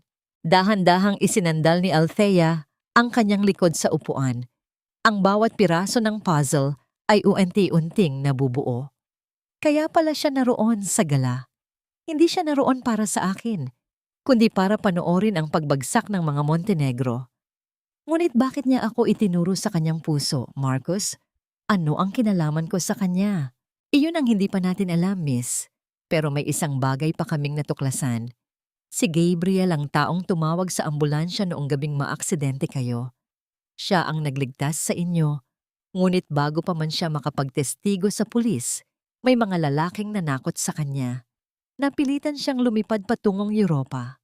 Ang puso ni Althea ay tila pinipiga. Ang taong itinuring niyang estranghero ay ang taong naging dahilan kung bakit siya humihinga hanggang ngayon. Isang malalim na utang na loob ang biglang bumigat sa kanyang dibdib. Alamin mo kung nasaan siya ngayon, Marcos. Kailangan ko siyang makausap, utos ni Althea. Samantala, sa loob ng piitan, ang sitwasyon ay mas lalong naging malala. Si Celine, na hindi sanay sa hirap, ay nagsisimula nang mawala sa katinuan.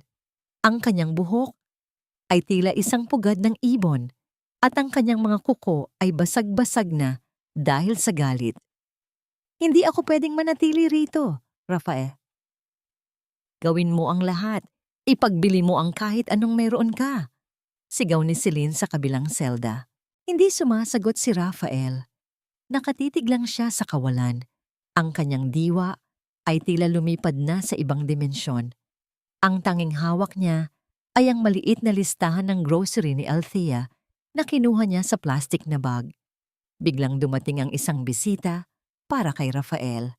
Inakala niya na si Althea na ito, kaya mabilis siyang tumayo at lumapit sa rehas. Ngunit ang bumungad sa kanya ay isang lalaking nakaputing suit, si Gabriel Valeriano. Sino ka? Anong ginagawa mo rito? Tanong ni Rafael. Ang kanyang boses ay puno ng takot.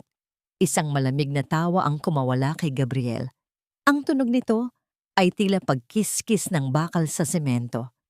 Hindi mo na ba ako matandaan, Rafael? Ako ang lalaking ninakawan niyo ng kinabukasan. Ako ang lalaking pinanood niyong mawalan ng lahat habang kayo ay nagpapakasasa sa yaman. Valeriano, bulong ni Rafael, ang kanyang mga mata ay nanlaki sa gulat. Nandito ako para sabihin sa'yo na ang pagkakulong mo ay simula pa lamang. Gusto kong makita mo kung paano unti-unting kukunin ni Althea ang lahat ng pinaghirapan niyo. At ang pinakamasakit, hindi niya iyon gagawin dahil sa galit, kundi dahil iyon ang nararapat. Wika ni Gabriel, ang kanyang boses ay puno ng pait. Maawa ka, Gabriel. Huwag mong idamay ang ina ko.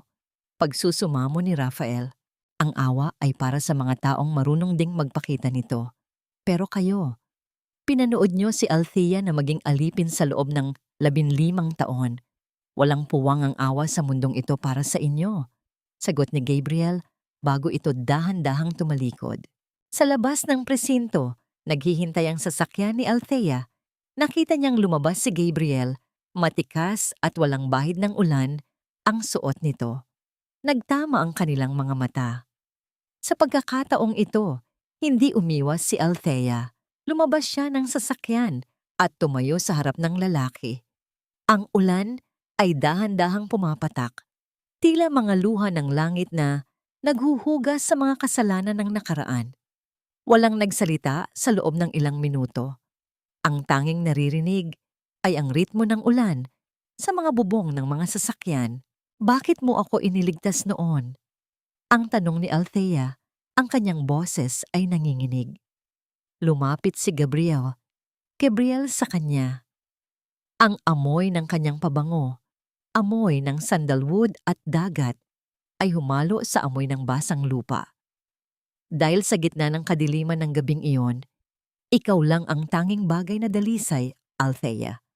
Hindi ko hahayaang mamatay ang kaisa-isang bituin sa buhay ng mga Salazar. Kilala mo ang pamilya ko? Gulat na tanong ni Althea. Higit pa sa inaakala mo, ang iyong lolo, si Don Alejandro, ang taong tumulong sa akin nang kuhanin ng mga Montenegro ang lahat sa amin. Inatasan niya akong bantayan ka, ngunit nabigo ako nang magpakasal ka kay Rafael, paliwanag ni Gabriel. Ang kanyang mga mata ay puno ng pagsisisi. Dahan-dahang hinawakan ni Gabriel ang kamay ni Althea. Ang init ng kanyang palad ay tila isang lunas sa 15 taon ng panlalamig ni Althea. Ngayon, Althea, oras na para bawiin mo hindi lang ang yaman, kundi pati na rin ang katarungan para sa iyong mga magulang.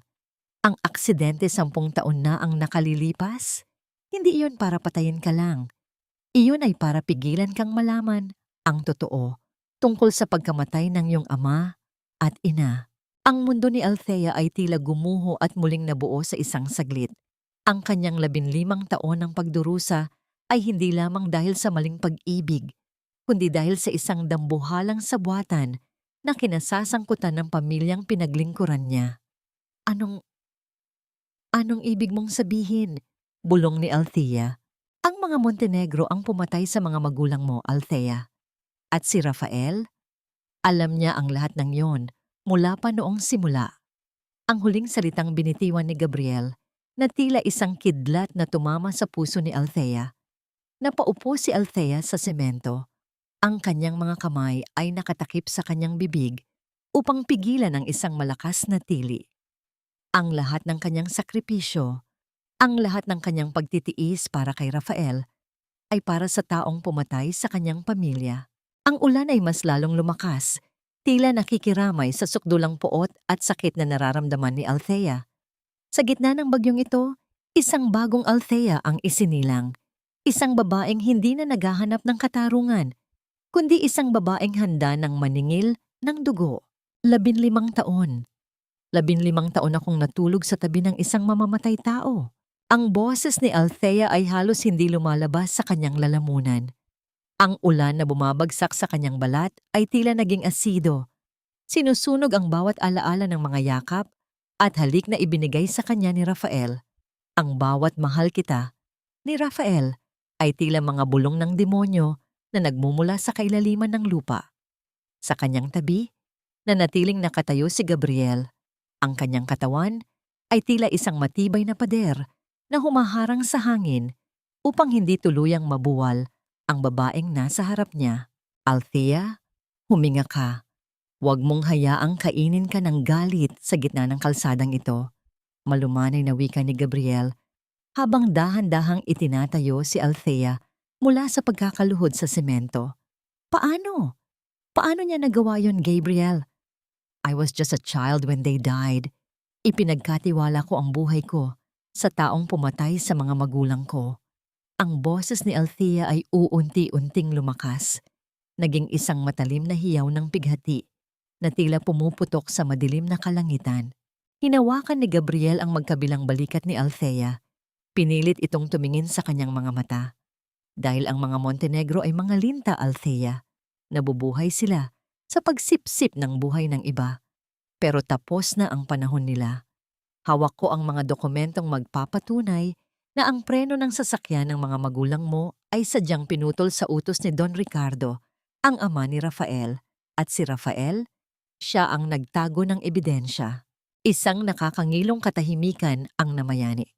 Pinunasan ni Althea ang luha sa kanyang mukha, hindi dahil sa lungkot, kundi upang malinaw niyang makita ang landas ng kanyang paghihiganti. Ang kanyang mga mata, na dati ay puno ng habag, ay naging kasing lamig ng asero. Dalhin mo ako sa kanya, utos ni Althea. Ngayon din, sa loob ng madilim na pasilyo ng presinto, ang tunog ng takong ni Althea ay umalingaw-ngaw na parang martilyo na nagpapako ng hatol. Ang bawat hakbang niya ay tila isang bilang ng mga araw na ninakaw sa kanya. Nang makarating siya sa tapat ng selda ni Rafael, tumigil ang mundo. Nakita niya si Rafael na nakahandusay sa sahig. Yakap pa rin ang listahan ng grocery na sulat kamay niya. Sa paningin ng iba, mukha itong isang kaawa-awang lalaki. Ngunit para kay Althea, ang nakikita niya ay isang halimaw na nakasuot ng balat ng tao. Rafael. Isang salita lamang, ngunit sapat na upang mapatalon si Rafael sa gulat. Mabilis itong lumapit sa rehas. Ang kanyang mga mata ay nagniningning sa pag-asang ililigtas siya ng babaeng palaging nandoon para sa kanya. Althea! Alam kong darating ka. Patawarin mo na ako, please. I'll do anything. Magmula ngayon ako ang magsisilbi sa'yo. I'll be your slave. Just get me out of here. Ang pagsusumamo ni Rafael, ang kanyang mga kamay ay pilit na inaabot ang laylayan ng damit ni Althea. Dahan-dahang lumapit si Althea sa rehas hanggang sa maramdaman niya ang mabahong hininga ni Rafael. 15 taon, Rafael. Sa loob ng 15 taon, ilang beses kang dumalaw sa puntod ng mga magulang ko kasama ako? Ilang beses kang nag-alay ng bulaklak sa mga taong ipinapatay ng pamilya mo? Ang mukha ni Rafael ay biglang naging kasing itim ng uling. Ang kanyang mga labi ay nanginig at ang kanyang mga mata ay pilit na umiwas. Althea, anong pinagsasabi mo? Nagdedeliryo ka na dahil sa galit. Huwag mo akong magaslight, Rafael. Alam ko na ang lahat. Sigaw ni Althea. Ang kanyang boses ay tila isang latigo na humahampas sa budhi ng lalaki. Hawak na ni Gabriel ang mga ebidensya. Hawak na niya ang katotohanang ikaw ang nag-utos na itago ang black box ng sasakyan ni na Papa. Pinakasalan mo ako, hindi dahil mahal mo ako, kundi dahil gusto mong siguraduhin na ang nag-iisang tagapagmana ng mga Salazar ay mananatiling bulag at kontrolado mo. Napaatras si Rafael hanggang sa tumama ang kanyang likod sa malamig na pader ng selda. Ang maskara ng kanyang pag-ibig ay tuluyan ng natuklap. Inilalantad ang isang taong puno ng sakim at takot. Wala kang mapapatunayan, Althea. Patay na ang tatay ko. Wala nang saksi. Hiyaw ni Rafael. Ang kanyang boses ay puno ng desperasyon. Mali ka, Rafael. Ang katarungan ay may sariling paraan ng pagsasalita. Wika ni Althea nang may nakakatakot na kalmado. Simula bukas, hindi lang estafa at theft ang kakaharapin mo. Kakaharapin mo ang kasong murder. At sisiguraduhin ko na ang bawat segundong natitira sa buhay mo ay gugugulin mo sa loob ng rehas na ito. Iniisip ang bawat kasalanang ginawa mo sa akin at sa pamilya ko. Sa kabilang selda, narinig ni Celine ang lahat. Nagsimula siyang humagulgol, hindi dahil sa awa kay Rafael, kundi dahil alam niyang kasama siya sa paglubog ng barkong ito. Wala akong kinalaman dyan. Rafael lang ang may alam niyan. Pakawalan niyo ako. Hindi sila nilingon ni Althea. Dahan-dahan siyang tumalikod. Ang kanyang puso ay tila isang mabigat na bato na sa wakas ay naibaba na. Paglabas niya ng presinto, sinalubong siya ni Gabriel na may dalang isang itim na payong. Tapos na ba?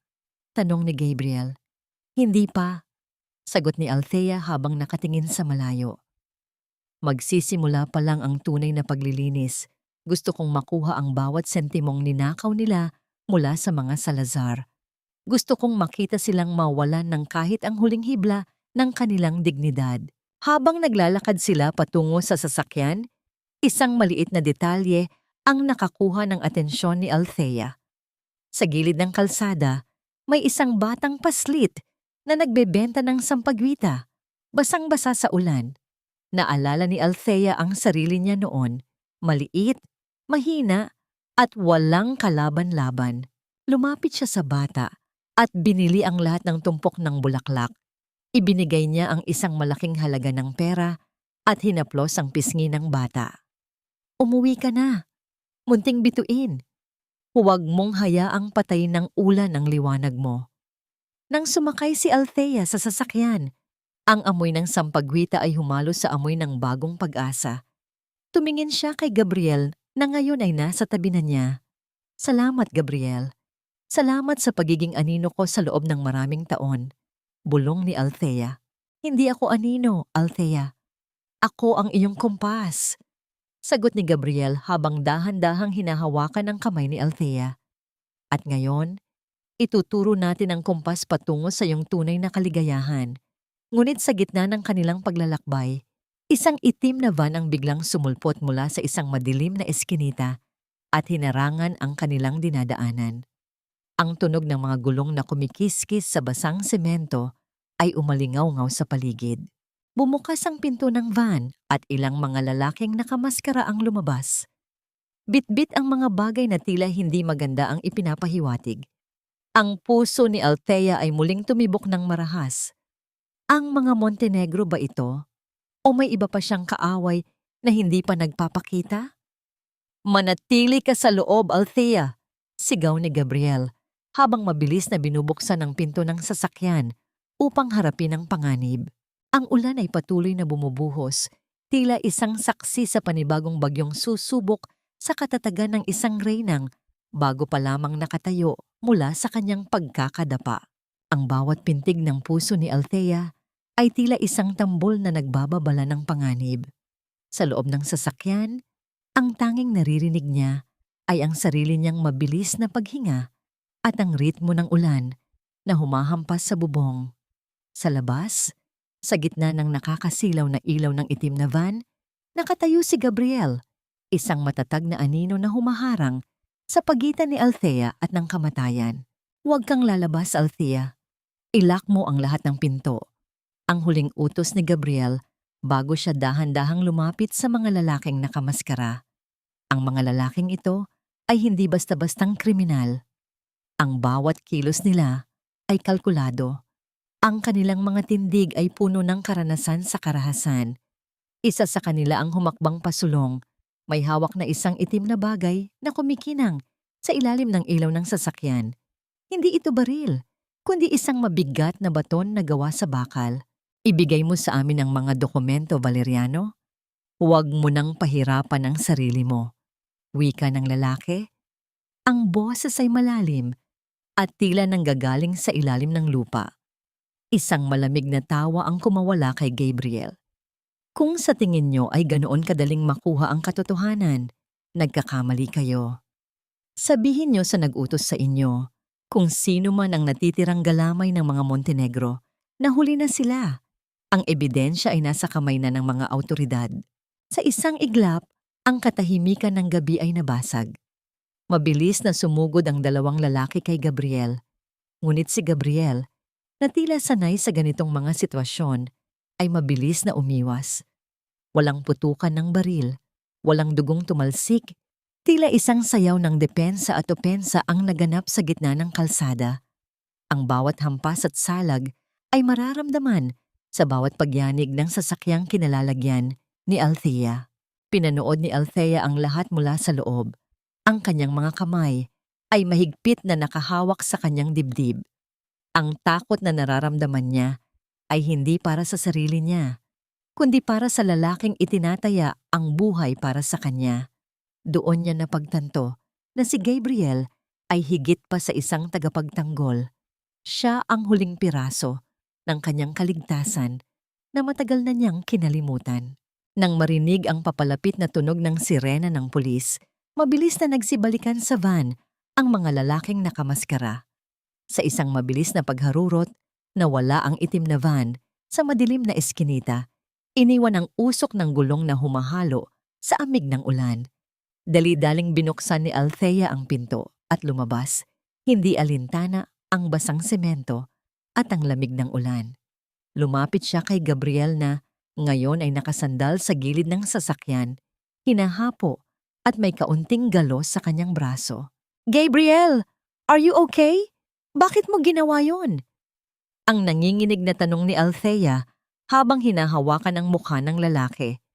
Dahan-dahang ngumiti si Gabriel, isang ngiting puno ng pagpapakalma sa kabila ng panganib na nagdaan. "I promised your grandfather that I would protect you with my life, Althea. At higit sa pangakong yon, hindi ko hahayaang masaktan ka muli." Kinuha ni Gabriel ang isang malinis na panyo mula sa kanyang bulsa at dahan-dahang pinunasan ang mga patak ng ulan sa noo ni Althea. Ang bawat haplos niya ay tila isang gamot sa mga sugat na natamo ni Althea sa loob ng 15 taon. Sa sandaling iyon, sa gitna ng madilim na kalsada at sa ilalim ng buhos ng ulan, naramdaman ni Althea ang isang bagay na matagal na niyang hindi nararamdaman. Ang pakiramdam na siya ay pinahahalagahan. Dinala nila ang takot, pero iniwan nila ito. Bulong ni Gabriel habang dinadampot ang isang nahulog na cellphone mula sa isa sa mga lalaki. "This is our link, Althea. Malalaman natin kung sino ang nagpadala sa kanila. At may kutob ako. Hindi lang ito tungkol sa mga Montenegro." "Anong ibig mong sabihin?" tanong ni Althea. "Ang pamilya Montenegro ay bagsak na, pero may mga taong nakinabang sa kanilang mga krimen. Mga taong hindi gustong lumabas ang katotohanan tungkol sa mga Salazar." Paliwanag ni Gabriel habang inaalalayan si Althea pabalik sa loob ng sasakyan. Dinala ni Gabriel si Althea sa isang ligtas na bahay sa labas ng lungsod, isang rest house na tago sa gitna ng mga puno ng pino. Doon, sinalubong sila ni Nanay Ising na may dalang mga tuyong tuwalya at mainit na sabaw ng manok. "Diyos ko, Miss Althea! Gabriel, anong nangyari sa inyo?" ang nag-aalalang tanong ni Nanay Ising. "Ayos lang kami, Nay. Kailangan lang ni Althea ng pahinga," sagot ni Gabriel. Habang nagpapatuyo ng buhok si Althea sa harap ng fireplace, ang init ng apoy ay tila hindi sapat upang pawiin ang baha ng mga kaisipan sa kanyang isip. Tumingin siya sa cellphone na nakuha ni Gabriel. Bigla itong umilaw. Isang notification ng mensahe ang lumitaw sa screen. Binasa ni Althea ang mensahe at ang bawat salita ay tila isang malamig na tubig na ibinuhos sa kanyang pagkatao. "The girl is still alive. The job wasn't finished 10 years ago. Finish it now, before she finds the black box in the old factory." Nabitawan ni Althea ang tuwalya. Ang black box. Naalala niya ang factory ng mga Montenegro na dati ay pagmamay-ari ng mga Salazar. May isang lihim na vault doon na tanging ang kanyang ama lamang ang nakakaalam. "Gabriel, tingnan mo ito," tawag ni Althea. Ang kanyang boses ay nanginginig sa takot at determinasyon. Lumapit si Gabriel at binasa ang mensahe. Ang kanyang mukha ay naging kasing tigas ng bato. "Hindi pa tapos ang laban, Althea. Ang black box na yan. Iyan ang maglilibing sa lahat ng mga Montenegro at sa sino mang kasabwat nila." Tumingin si Althea sa apoy. Ang kanyang mga mata ay nag-aapoy din ng bagong layunin. Pupunta tayo sa factory. Ngayon din. Gabi na, Althea. Mapanganib. Pigil ni Gabriel. Mas mapanganib kung hahayaan nating mauna sila. Sagot ni Althea. 15 taon akong naging bulag. Ngayon, ako na ang hahawak ng liwanag. Hindi ako titigil hanggat hindi ko nababawi ang bawat piraso ng dangal ng aking pamilya. Habang naghahanda silang umalis, isang tunog ng paparating na sasakyan ang narinig sa labas ng rest house. Hindi ito ang tunog ng sirena, kundi ang ugong ng isang mabilis na makina. Sino ang nahanap sila sa gitna ng liblib na lugar na ito? Ang ugong ng makina ng sasakyan sa labas ng rest house ay tila isang babala na hindi pa tapos ang gabi. Humigpit ang hawak ni Gabriel sa kanyang baril, habang si Althea ay nanatiling nakatayo sa likuran niya, ang puso ay tila gustong kumawala sa kanyang dibdib. Dahan-dahang bumukas ang pinto ng rest house at isang pamilyar na boses ang bumasag sa tensyon. Huwag kayong magpaputok. Ako ito, si Attorney Mendoza, isang matandang lalaki na may salamin at bahagyang hinihingal ang pumasok sa loob. Si Attorney Mendoza ay ang matagal ng legal counsel ng pamilya Salazar, ang taong inakala ni Althea na tumalikod na sa kanila 10 taon na ang nakalilipas. Attorney Mendoza, bakit kayo narito? Akala ko ay... Hindi natapos ni Althea ang kanyang sasabihin dahil sa gulat. Akala mo ay binenta ko ang pamilya mo sa mga Montenegro? Miss Althea, nagtago ako para protektahan ang huling piraso ng katotohanan, wika ng abogado, habang kumukuha ng isang maliit at kalawanging susi mula sa loob ng kanyang medyas. Ito ang susi sa vault sa loob ng lumang factory. Ang black box na hinahanap nyo ay hindi lang naglalaman ng mga dokumento. Naglalaman ito ng ebidensya ng pagtataksil ng bawat taong nakapaligid sa inyong mga magulang. Hindi na nag-aksaya ng panahon sina Althea at Gabriel. Sa kabila ng pagod at ulan, mabilis silang nagtungo sa lumang factory ng mga Montenegro, ang lugar na dati ay sentro ng industriya ng mga Salazar. Ang gusali ay tila isang dambuhalang kalansay sa gitna ng kadiliman. Ang mga bintana nito ay basag-basag at ang mga pader ay binalot na ng mga gumagapang na halaman. Pagpasok nila sa loob, ang amoy ng luma at kinakalawang na bakal ang sumalubong sa kanila. Ang bawat hakbang ni Althea sa maalikabok na sahig ay tila nagpapabalik sa kanya sa mga araw na kasama niya ang kanyang ama sa pag-iikot sa lugar na ito. Doon, sa ilalim ng isang tago at mabigat na makina, nakita nila ang isang maliit na pintuan ng vault. Nanginginig ang mga kamay ni Althea habang ipinapasok ang susi. Sa isang malalim na tunog ng pag-ikot ng bakal, bumukas ang vault. Sa loob, ay naroon ang isang maliit na itim na kahon na gawa sa matibay na asero, ang black box. Diyos ko, narito na tayo! Bulong ni Althea habang dahan-dahang kinuha ang kahon. Ngunit bago pa man nila mabuksan ang kahon, isang mahina at nakakapangilabot na palakpak ang narinig mula sa madilim na sulok ng factory. Ang galing! Tunay na nakakaantig ng puso ang eksenang ito. Wika ng isang boses na kailanman ay hindi malilimutan ni Althea. Mula sa anino, lumabas si Rafael. Ngunit hindi ito ang Rafael na nakita ni Althea sa selda kanina. Ang kanyang suot ay maayos at may hawak siyang baril na nakaturo ng diretso sa kanila. Sa likuran niya ay ang mga lalaking nakamaskara na umatake sa kanila kanina. Rafael, paano kang nakalabas? Gulat na tanong ni Gabriel habang pilit na humaharang sa harap ni Althea. Bail, Gabriel. Bail. May mga kaibigan pa rin ako sa matataas na lugar na ayaw ding mabuksan ang kahon na yan. Halakhak ni Rafael. Ang kanyang mga mata ay puno ng kabaliwan. Althea, ibigay mo sa akin ang kahon. Ibigay mo sa akin ang huling bagay na sisira sa buhay ko. At baka hayaan ko pa kayong mabuhay. Tumingin si Althea kay Rafael. Wala na siyang nararamdamang takot. Tanging ang sukdulang pandidiri. 15 taon kitang minahal, Rafael. 15 taon akong naging alipin ng mga kasinungalingan mo. Sa tingin mo ba ay matatakot mo pa ako ngayon? Ibigay mo ang kahon. Sigaw ni Rafael. Ang kanyang daliri ay nakahanda na sa gatilyo. Sa sandaling iyon, ang katahimikan ng factory ay tila naging isang mabigat na kumot. Isang matalim na tingin ang ipinasa ni Gabriel kay Althea, isang senyas na mayroon siyang plano. Ngunit bago pa man makagalaw ang sinuman, isang malakas na tunog ng sirena ang umalingaw-ngaw mula sa labas, kasabay ng pagliwanag ng buong paligid dahil sa mga searchlight ng mga pulis. Rafael Montenegro, ibaba mo ang iyong sandata. Ang sigaw mula sa megaphone. Nataranta si Rafael. Sa kanyang pagkataranta, mabilis na sumugod si Gabriel upang agawin ang baril. Ang bawat kilos nila ay tila isang mabilis na daloy ng tubig, marahas at hindi mapigilan. Isang malakas na kalabog ang narinig nang tumama ang katawan ni Rafael sa isang matigas na makina.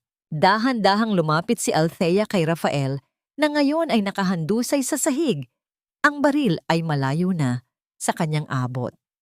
Binuksan ni Althea ang black box sa harap mismo ng lalaki. Sa loob nito, hindi lang mga papel ang nakita niya. Naroon ang isang lumang tape recorder at isang digital drive. Pinindot ni Althea ang play sa tape recorder. Isang boses ang narinig. Ang boses ng ama ni Rafael, si Don Ricardo, na nakikipag-usap sa isang tao tungkol sa planong pagpatay sa mga Salazar. Ngunit ang boses sa kabilang linya ang nagpabagsak sa huling pag-asa ni Rafael. Gawin mo na, Ricardo. Pagkatapos niyan, ang mga Montenegro at ang mga Valeriano ang maghahari sa industriyang ito. Ang boses ay kay Gabriel Valeriano, ang ama ng lalaking nakatayo ngayon sa tabi ni Althea. Napalingon si Althea kay Gabriel.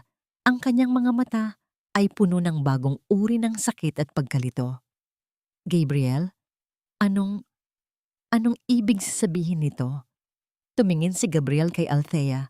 Ang kanyang mukha ay puno ng pighati at kahihiyan. Iyon ang dahilan kung bakit kita iniligtas, Althea.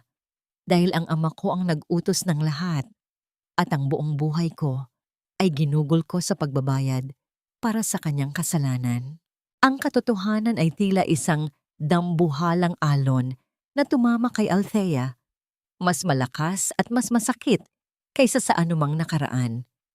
Sa gitna ng madilim na factory na paliligiran ng mga pulis at ng mga anino ng kahapon, naramdaman ni Althea ang sukdulang pag-iisa. Sino ang maaari niyang pagkatiwalaan sa mundong ito na binuo sa ibabaw ng mga bangkay at kasinungalingan? Ang bawat salita mula sa tape recorder ay tila isang pako na ibinabaon sa puso ni Althea. Ang katahimikan sa loob ng factory ay mas nakakabingi kaysa sa anumang sigaw. Nakatingin si Althea sa kanyang mga kamay. Ang mga kamay na kanina lang ay nanginginig sa pag-asang mahanap ang katarungan, ngunit ngayon ay nanginginig sa sukdulang pagtataksil. Kaya ka ba naroon, Gabriel? Ang boses ni Althea ay parang isang manipis na hibla ng sinulid na malapit ng maputol. Kaya mo ba ako binantayan sa loob ng 15 taon? Hindi dahil sa pagmamahal, kundi dahil sa konsensya? Dahil sa dugong nasa kamay ng ama mo? Dahan-dahan, ang bawat hakbang ni Gabriel patungo kay Althea. Ang kanyang mga mata ay puno ng pighati. Althea, nalaman ko ang totoo noong 18 taong gulang pa lamang ako. Nang mamatay ang ama ko, iniwan niya sa akin ang isang sulat ng pagtatapat. Mula noon, isinumpa ko na itatama ko ang lahat. Ang bawat sentimong ibinalik ko sa kumpanya niyo. Ang bawat gabing binantayan kita mula sa malayo. Iyon ang paraan ko ng pagbabayad. Hindi sapat ang pagbabayad mo. Ang biglang hiyaw ni Rafael mula sa sahig. Ang kanyang mukha ay puno ng pait at dugo. Tingnan mo, Althea. Ang lalaking itinuturing mong tagapagligtas ay anak ng taong bumatay sa mga magulang mo. Pare-pareho lang tayong lahat dito. Walang malinis sa atin. Isang malakas na tunog ng pagbagsak ng mga bakal na pinto ang narinig ng tuluyang pumasok ang mga pulis sa loob ng factory. Ang mga searchlight ay tumama sa kanilang mga mukha. Inilalantad ang bawat dumi at lihim na pilit nilang itinatago. Ibagsak ang inyong mga armas, walang gagalaw. Ang utos ng mga pulis na umalingaw-ngaw sa buong gusali.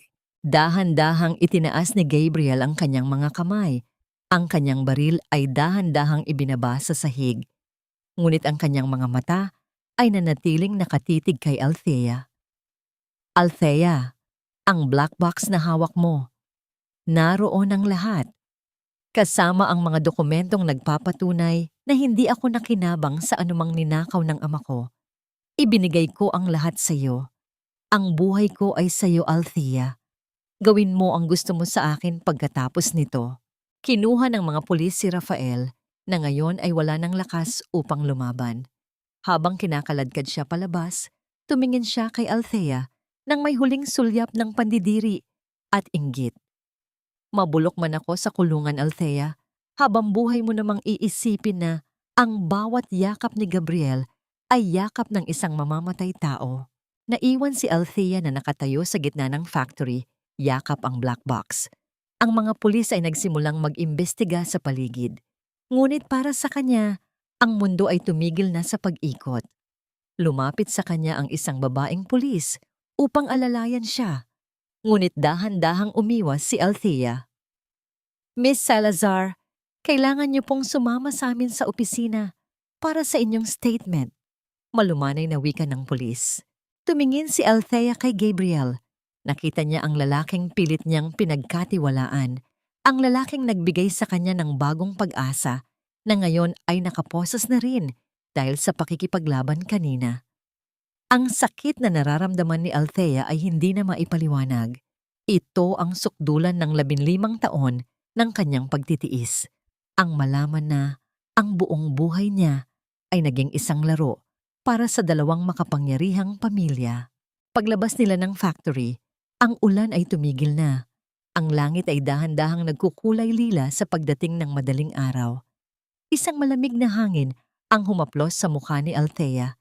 Tila sinusubukang gisingin siya mula sa isang napakahabang bangungot. Sa loob ng sasakyan ng pulis, habang binabagtas nila ang daan pabalik sa lungsod, binuksan ni Althea ang huling bahagi ng black box. Doon, sa ilalim ng mga dokumento, nakita niya ang isang maliit na sobre na may pangalan niya. Binuksan niya ito at nakita ang isang litrato niya noong bata pa siya, kasama ang kanyang ama at ina. Sa likod ng litrato, may nakasulat na mensahe mula sa kanyang ama. Althea, ang tunay na katarungan ay hindi matatagpuan sa paghihiganti, kundi sa pagbuo ng sarili mong mundo. Huwag mong hayaang ang mga anino ng nakaraan ang magdikta ng liwanag ng iyong bukas. Isang tahimik na luha ang pumatak sa litrato. Ngayon lamang naramdaman ni Althea ang tunay na bigat ng kanyang pangalan.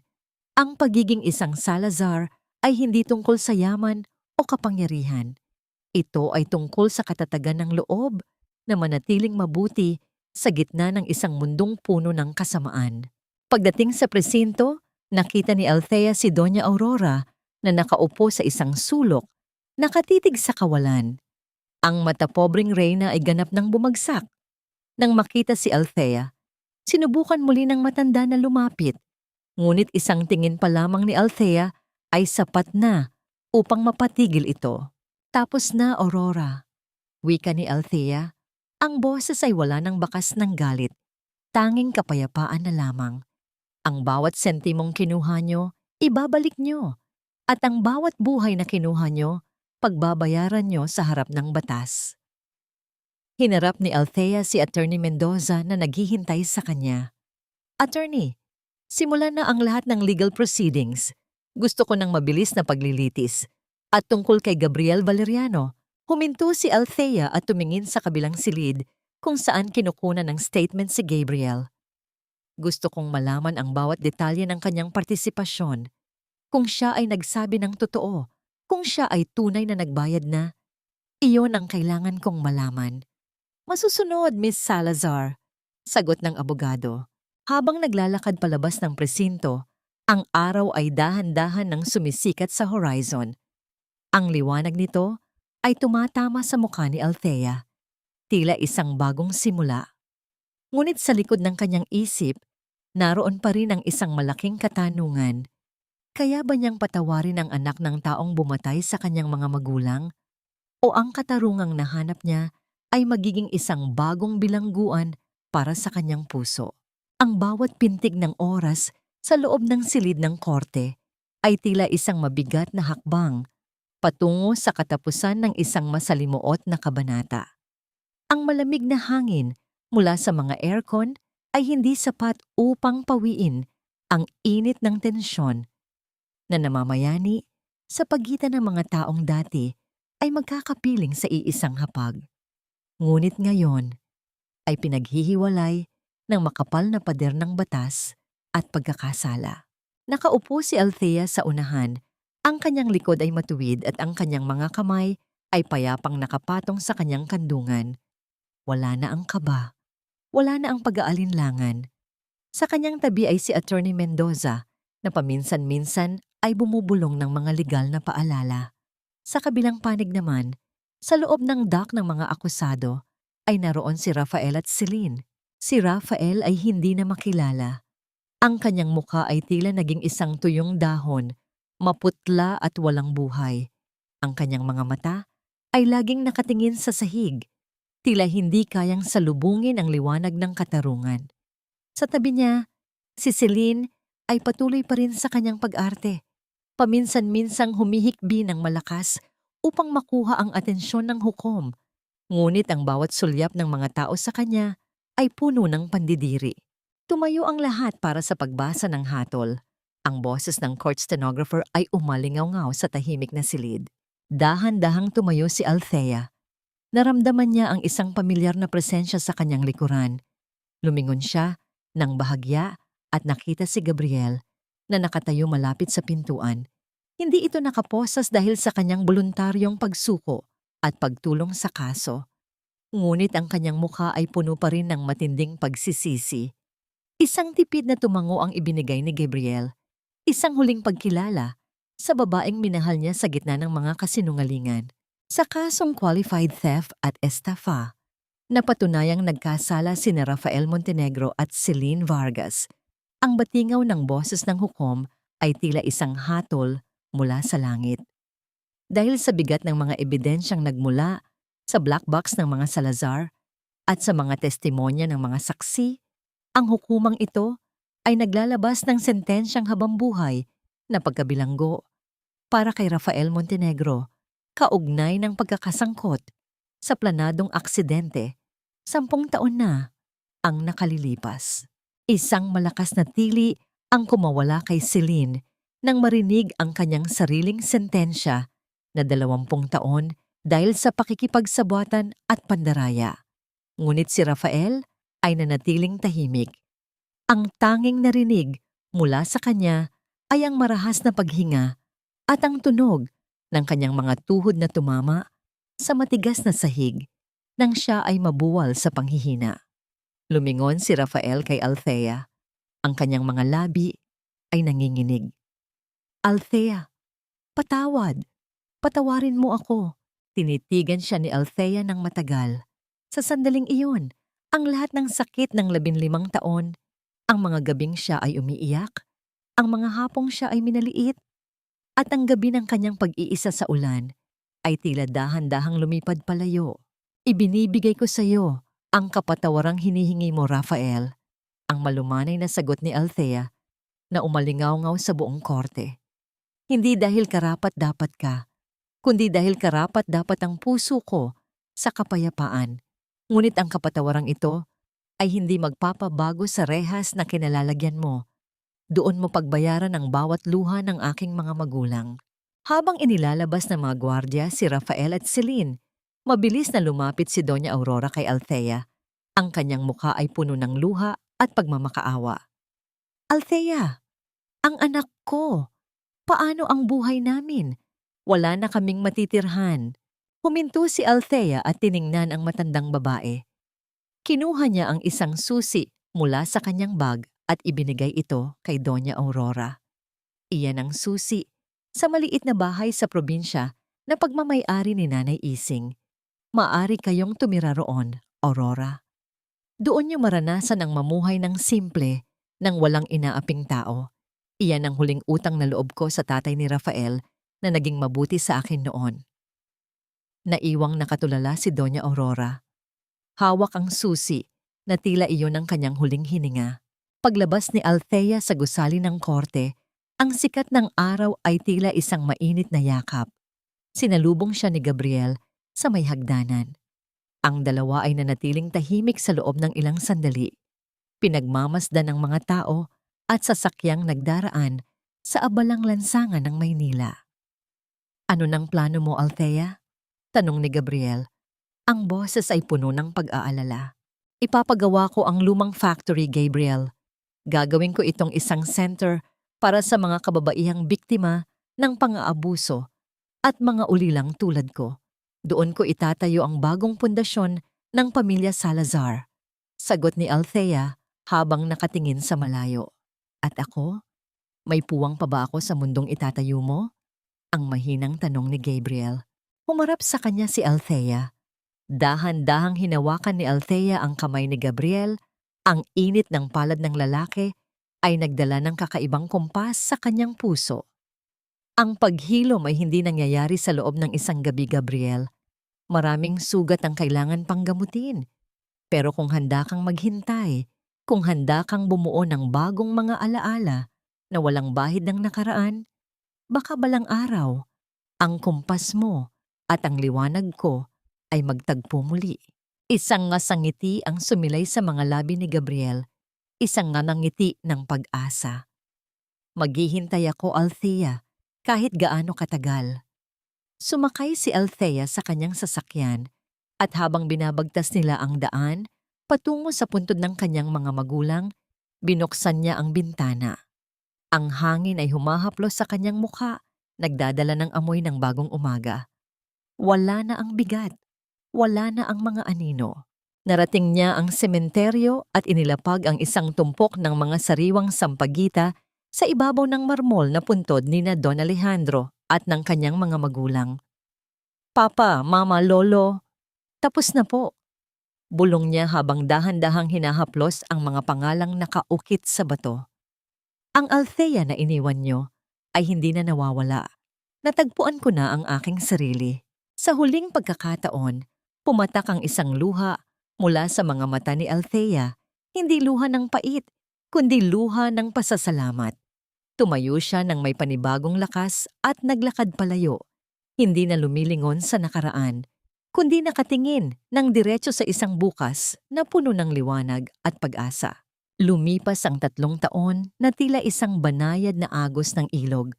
Dahan-dahang tinatangay ang mga labi ng bagyo at iniiwan ang lupang mas mataba at handang magpatubo ng bagong buhay. Ang dating madilim at kinakalawang na factory ng mga Montenegro ay wala na. Sa halip na usok at ingay ng mga makina, ang dambuhalang gusali ay isa na ngayong Salazar Center of Hope. Ang mga pader nito ay pininturahan ng kulay puti at asul, sumasalamin sa kalangitan at sa kapayapaang namamayani sa loob. Nakatayo si Althea sa balkonahe ng kanyang opisina sa loob ng center.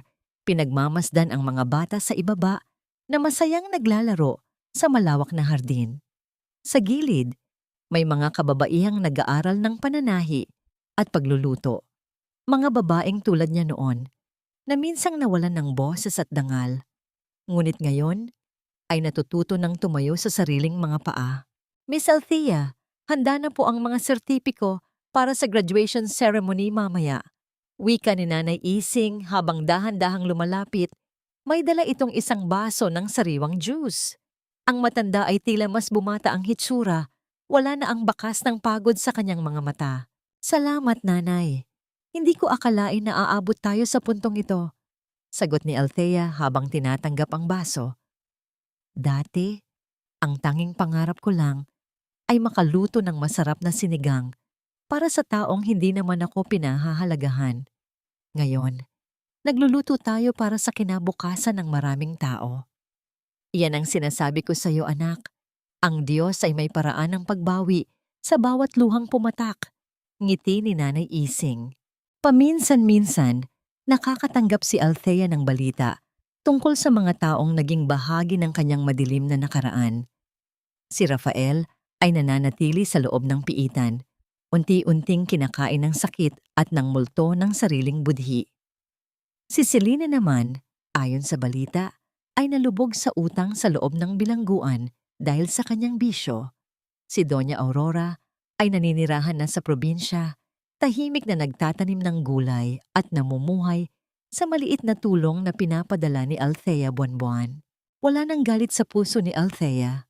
Ang mga taong yon ay naging mga pahina na lamang sa isang librong tapos na niyang basahin.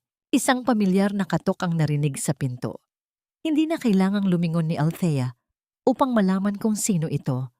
Ang amoy ng sandalwood at dagat ay sapat na upang magbigay ng kakaibang kumpas sa kanyang puso. Pumasok si Gabriel. May dalang isang tumpok ng mga puting rosas. Sa loob ng 3 taon, nanatili si Gabriel sa kanyang tabi. Hindi bilang isang anino, kundi bilang isang matapat na kaibigan at kasangga sa lahat ng kanyang proyekto. Maingat silang naglakad sa landas ng pag-ibig, tinitiyak na ang bawat hakbang ay malinis at walang bahid ng nakaraan. Para sa pinakamalakas na babaeng kilala ko, wika ni Gabriel habang ibinibigay ang mga bulaklak. Dahan-dahan niyang hinawakan ang kamay ni Althea, ang kanilang mga daliri ay nagtagpo ng may kasiguraduhan. Salamat, Gabriel. Salamat sa hindi pagsuko. Bulong ni Althea. Paano ako susuko sa taong nagturo sa akin kung paano ang tunay na pagbabayad puri? Sagot ni Gabriel. Tumingin siya ng malalim sa mga mata ni Althea. Handa ka na ba para sa bagong kabanata? Ngumiti si Althea, isang nangiting nakakarating sa kanyang mga mata, isang nangiting puno ng tunay na kaligayahan. Handa na ako. Matagal na. Sa paglubog ng araw, ang Salazar Center of Hope ay nabalot ng gintong liwanag. Ang bawat sulok nito ay naging saksi sa pagbangon ng isang reyna mula sa kanyang pagkakalugmok. Ang kwento ni Althea Salazar ay hindi lamang kwento ng paghihiganti o yaman. Ito ay kwento ng isang babaeng natutunang patawarin ang kanyang sarili, bumuo ng sarili niyang katarungan, at mahanap ang tunay na pag-ibig sa gitna ng mga guho ng nakaraan. Natutunan ni Althea na ang katarungan ay hindi laging tungkol sa pagpapakulong sa kaaway, kundi tungkol sa pagpapalaya sa sariling puso mula sa tanikala ng puot.